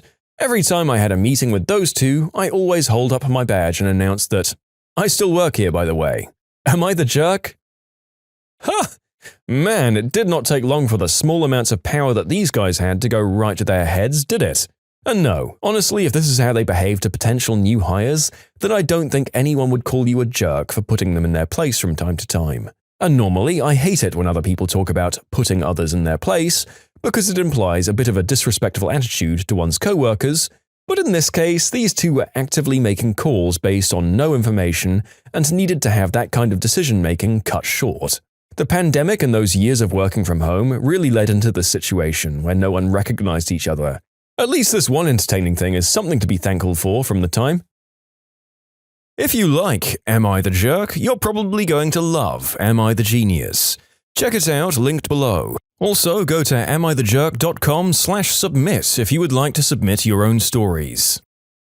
A woman wants me to forget my tea so she can privately use a shared kitchen. I work in the marketing department of a small cosmetics company. I'm not what you would call a higher up in the company, but I'm not entry-level either. Earlier today, I went into the office's common area and kitchen to make a cup of tea, Earl Grey if you care. A woman talking on the phone came into the room as I was waiting on the kettle to boil. I recognize her as one of our new hires from sales. I doubt she's been here long enough to get her first check. She was talking loudly, but I ignored her. It's a somewhat loud office, so it wasn't a big deal for someone to make a little noise. A minute later, she says into the phone, "Hold on, I need some privacy." And then she turns to me and says, "Excuse me, sorry, I'm on a private call. I need you to leave." I'm confused at first, then what she says registers. I get this surprised smile on my face, the kind that says, "Are you fricking joking, mate?" I tell her, "No." She gives me the look. Her mouth is open, eyes wide. How dare I use the common area for what it's meant for? She doesn't even say anything. I point to the kettle and I tell her I'm making tea. She tells me that this is an important medical call. I tell her the kitchen isn't a private room and that she can go into an empty conference room or to her car if the matter is that sensitive. She says she doesn't like the chairs in the conference room and it's too cold to walk out to her car. I shrug. She eventually gets that I'm not leaving until I've had my tea and she stomps off to a conference room. I hate being a narc, but god damn it, just let me make my tea in peace. So I decide to walk down to sales and chat with her supervisor, whom I know fairly well. About the time I finish relaying the experience, the woman in question walks in, sees me, and stops. I point her out to the supervisor and pat him on the back, walk back to my office, and type this up. Am I enjoying this too much? Am I the jerk? Yeah, I don't know who this employee thought they were, but at least their justice was swift. I honestly don't know if their statement about it being an important medical call was real, if they're going to be that picky about the place they take it. Maybe I'm too suspicious though.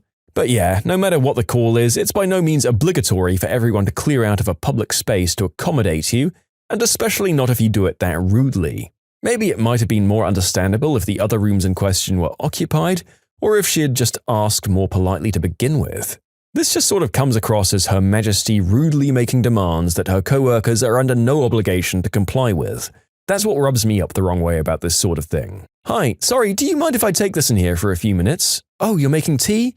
Let me duck out for a second, since I'm on my mobile phone." I don't get people sometimes. A male Karen yells at me for being in his spot. Fine, it's my spot now. I work from home full-time and rarely drive unless I'm grocery shopping or out for an appointment. In my complex, there are non-reserved spots and reserved spots in the underground garage, all of which are not assigned. As long as you have a reserved sticker on your vehicle, any of the reserved spots, which are all labeled reserved, are fair game. I have a non-reserved sticker because it's $40 cheaper than the reserved pass. I was coming back from an appointment and turned into my neighbor's reserved spot so that I could back my car into the open, non-reserved spot behind me. Lo and behold, male Karen in his rusty 2007 RAV4 starts honking at me for being in his spot and telling me that I can't park there because I don't have a reserved sticker. I told him I was only backing out. I probably should have let it go, but his Karen-ness annoyed me so much. As I was getting on the elevator, I quickly realized he only wanted to park there because it was right next to the elevator. A light bulb went off in my head, and I made my way to the rental office. It's in the same building. I asked to upgrade my parking pass. It's an extra $40 I'll be shelling out, but it's worth the petty revenge.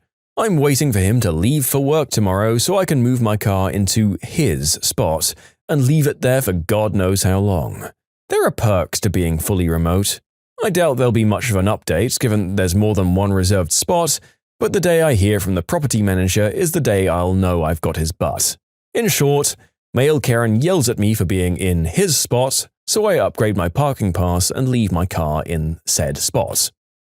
Ah, sweet victory. The narrator searched hard and fruitlessly for any updates to this story, as there's nothing more satisfying than a Karen or Ken explosion and Alt F4ing when they realize they've lost.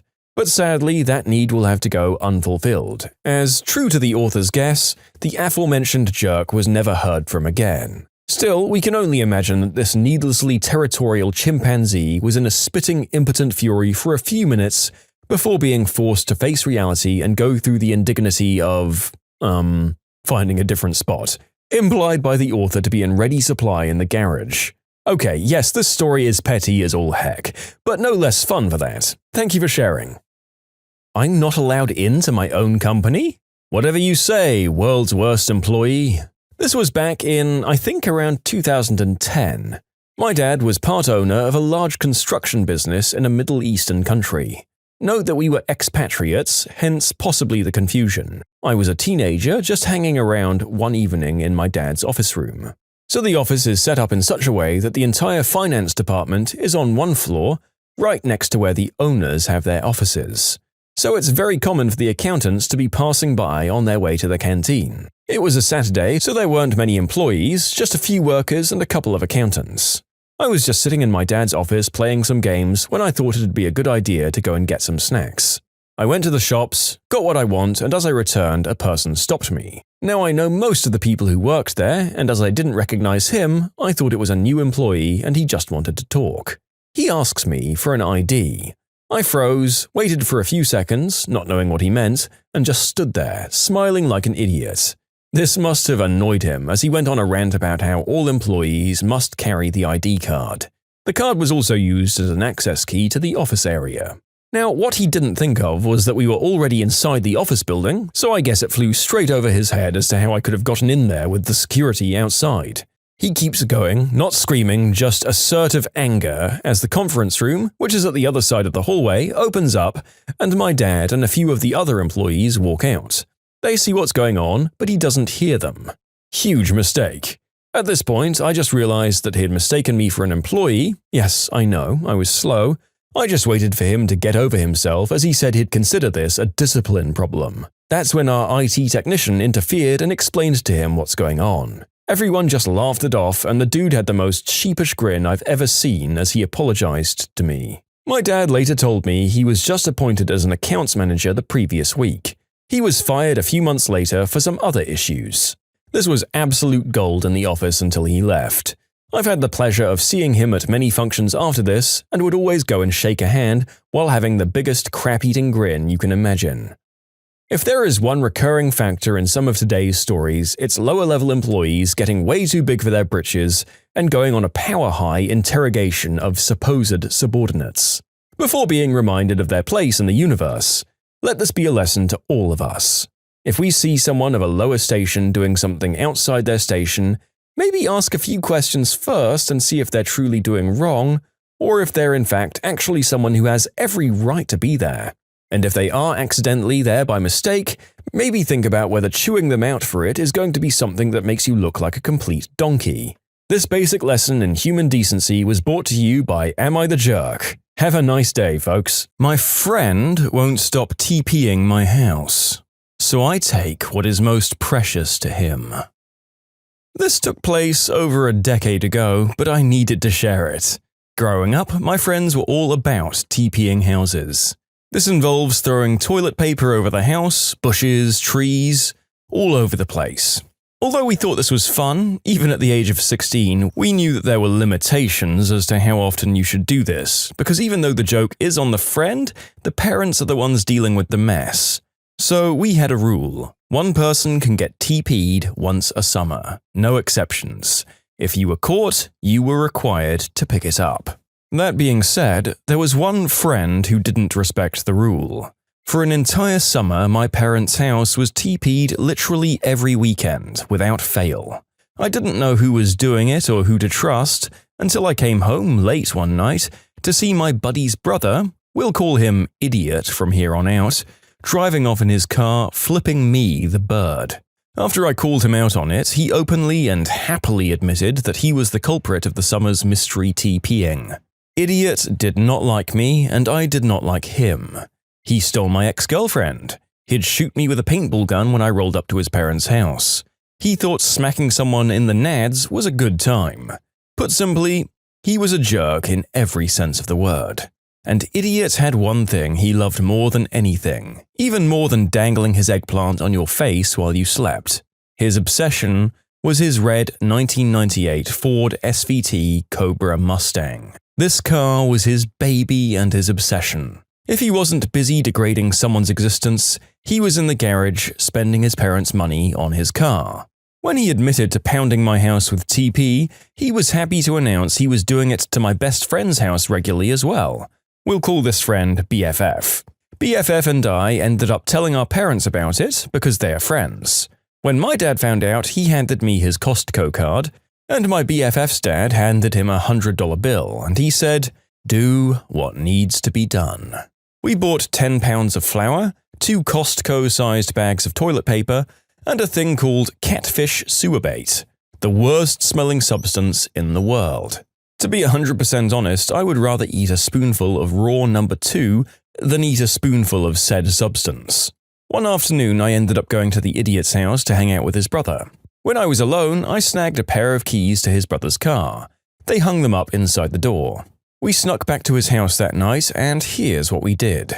Firstly, at least 4 pounds of flour was poured through a funnel into the air vents. No idea how that panned out. Second, the sewer bait was put in the section of the car that airflow came into for AC and heat. Don't ask me how, it was BFF that pulled that off. That smell was enough to make my buddy blow chunks. And third, we TP'd the crap out of his house, and I mean everywhere. The house, the back garage, the pond out front, the trees surrounding their house, and the trees in the yard. If it would hold TP, we put it there. 2 Costco-sized bags of double-rolled TP. That night it rained as well, and the toilet paper became paste. As for the car, my buddy said that his brother, Idiot, sold it after bringing it to the dealership multiple times to get it fixed.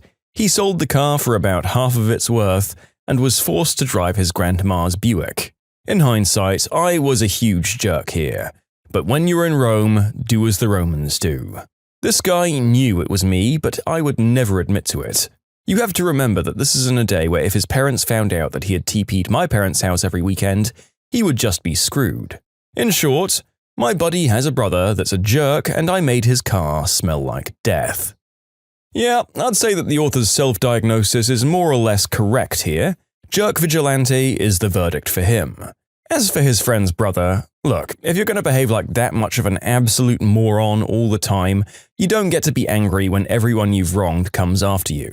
Perhaps having to lose all that money on his beloved car and chip papier-mâché off his house was a bit harsh, but you know exactly what happened to bring it on, and you should have known that some form of retribution was forthcoming if you were going to wreck a few people's houses every week for a summer, as well as just the closer, more intimate form of jerkery of just sack-tapping every other human male that you meet.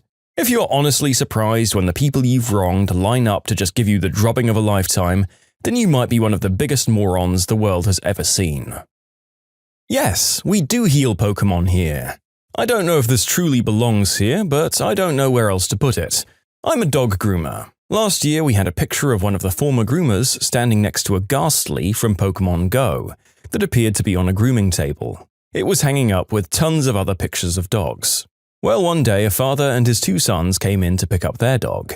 The dad says his youngest son has a question. The little boy was too shy to speak, so the dad asks for him if we heal Pokemon and points to a picture. The dad is winking at me, and the son has a Pokeball with a little Charmander plush inside. I said, "Oh yeah, just give me a few minutes and I'll get him all fixed up for you." I just took him to the back and turned on the dryer for a few seconds. All the while, one of my co-workers was looking at me questioningly, and I quickly explained what I was doing. She started crying. It was so sweet and innocent.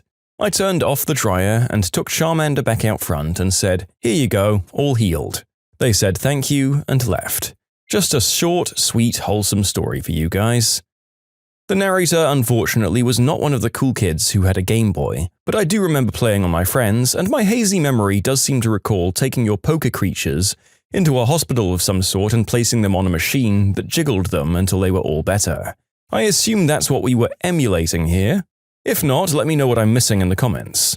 In any case, this is very cute. I hope you didn't charge the dad the full cost of a grooming session. If not, good karma for you, author. If you like Am I the Jerk, you're probably going to love Am I the Genius.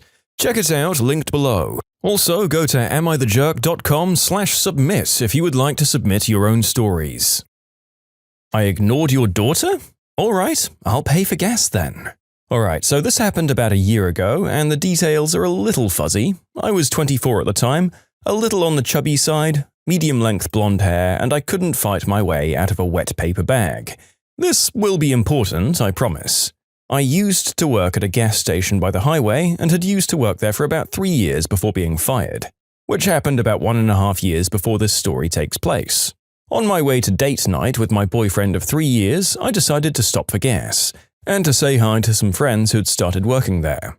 They were rather busy that afternoon, so I pumped my gas and walked in to grab a coffee. Now, the workers there wear a red shirt with the logo stitched on, black business pants, black shoes, and some wore a red hat with the company logo. I was wearing a red knitted dress, tight black suit pants, and heels. I can see where an elderly person with bad vision could have mistaken me for an employee, but not a young, fit teenaged girl and her brainless mother. Again, this will be important later. Anyways, I was getting a small coffee when I made a little bit of a mess. Being that I used to work there, I automatically started cleaning the mess. I restocked the paper towels and checked the creamer. The store owner was in the back and she'd never minded if I helped out a little when it was busy like this. I finished cleaning and put a lid on my coffee when I heard someone asking from behind me where the chips were. I really don't know where they are anymore because the layout of the shelves has been changed since I left. And I'm a bit of a health nut, so I don't care for them anyways. I thought she might have been speaking to an employee close by, so I ignored her and walked off to the sodas to get my boyfriend his favorite drink. Apparently the person behind me was the teenaged girl, and she ran off to tell her mother that I'd ignored her.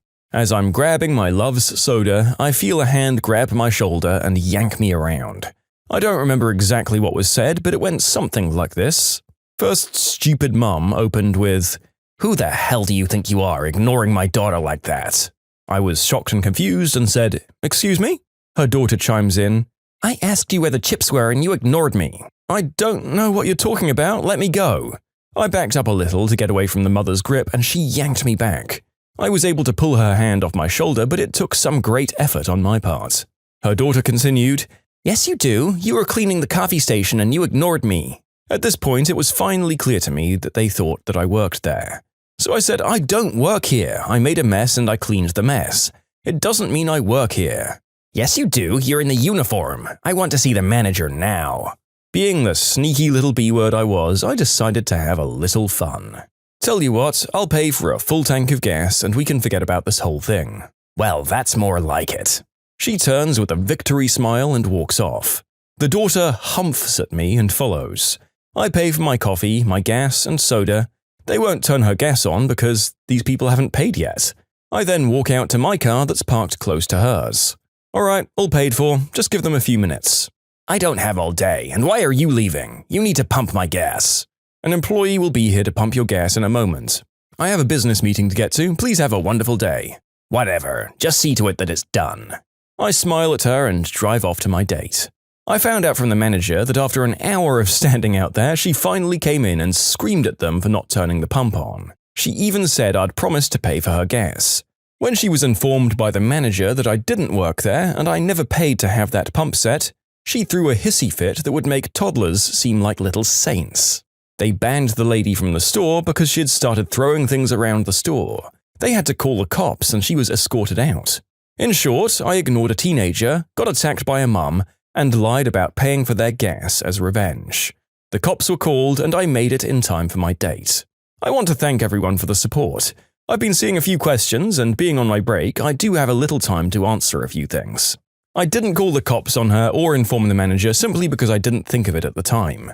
I didn't splash my hot coffee on her because I don't believe in animal abuse, and that's a waste of good coffee.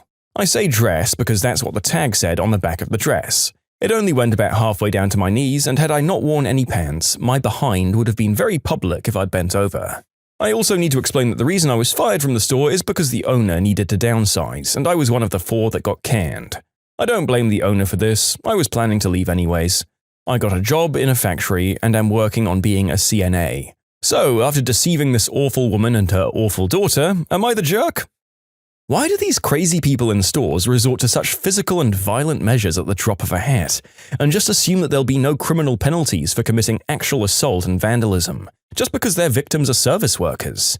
I have to inform you, sweet viewer, that if you're somehow under the impression that the rules are different in a store, that the consequences of destroying something or laying hands on a person in a home or a place of business have the potential to be more or less the same, assuming that the owner is a decent sort that actually protects the employees.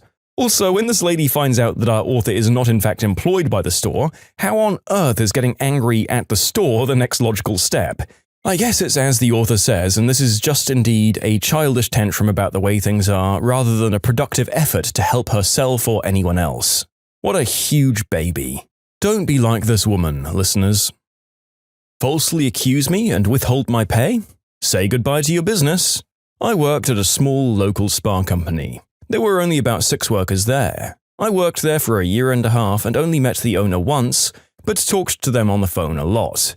She was bat crap crazy, but that's beside the point. Anyways, I got hired because my friend's mum, Pam, was the manager, and someone had quit in the middle of their shift, so they needed someone quickly. I worked really well there and learned very fast. I was very good at the job to the point where after a couple of months they sent new hires to be trained by me, and turnover here was pretty bad. Despite this, I didn't get a raise or anything. It wasn't a big deal, but it would have been nice. Anyways, I was always a closer. There would be a list of things I had to do after we closed, like vacuum and dust and such, janitorial things. As months go by, Pam begins to pick apart things. A string was left on a rug. The candy bowls weren't filled, even if they weren't even half gone. Nothing too big, but there were a few things every shift without fail. Slowly, things started to get worse. Eventually, I was being told that I wasn't cleaning rooms that I know for a fact that I had cleaned. Now, I admit that once in a while I would forget to clean something, but I was getting yelled at for things that I knew in fact that I'd taken care of. My other problem was that when my coworkers would forget the exact same things, she wouldn't yell at them but would say, "Just try to remember," or something along those lines. Eventually, Pam got other coworkers to lie so that she could report me to the owner. Many days I came right from school and would be wearing jeans. Pam left right when I got there, so after I clocked in and counted the drawer, I'd go and change into my work pants. Well, it turns out other coworkers would lie and tell her I never changed. After this, I began taking pictures and time-stamping them. This worked for a little while, but then my coworkers would say I changed back into jeans after taking the pictures. And when it came to cleaning, she would say I didn't clean well enough, as usual. All of these would get turned into the owner, but she wouldn't fire me because they were so desperate for people and no one wanted to work there. I wonder why. Eventually, I quit because I had a job for the summer that gave me many more hours. In my summer job, I made around the same amount of money in 7 weeks that I made in a year at the last place. Right after I left, I learned why Pam wanted me gone so bad. Pam had hired her son, my ex-friend, because he was too lazy to work a job where he couldn't sit around all day. That made me mad, but even worse, they wouldn't give me my last payment. We were paid in cash. I sent multiple emails and text messages to Pam and the owner that reminded them that I needed it. When those went unanswered, I then threatened legal action. Being a high schooler, I don't believe they thought I would do anything. How wrong they were. Well, there were many reasons why I was mad about this, so I decided I'd document every single thing about that place. These included An 8+ hour day with no breaks or lunch, both of which are required in my state. Rats in the basement. Ant infestations. Fake security cameras. Allowing underage drinking. Pam faking the amount of money we had to pay her son and daughter for under-the-table work. Child labor. Pam's daughter wasn't old enough to work. Not fixing things like building framework or mold. Allowing temperatures to go above and below the legal limit. On bad days, it was above 100 or below 50 inside the building. Substance use. Pam giving themselves a raise even though they already made more than everyone else there. Selling client information. Pam compiling clients for another worker to take with them to a new company. But the way they went about it definitely was illegal. I don't remember the exact details. Not doing anything about the predatory behavior of some staff. Not paying workers. There'd be days where we didn't have enough money in the drawer, and the owner or Pam would be too lazy to go to the bank, so they'd just straight up not pay us. Not only this, but prior to leaving, I recorded some of the verbal attacks from Pam.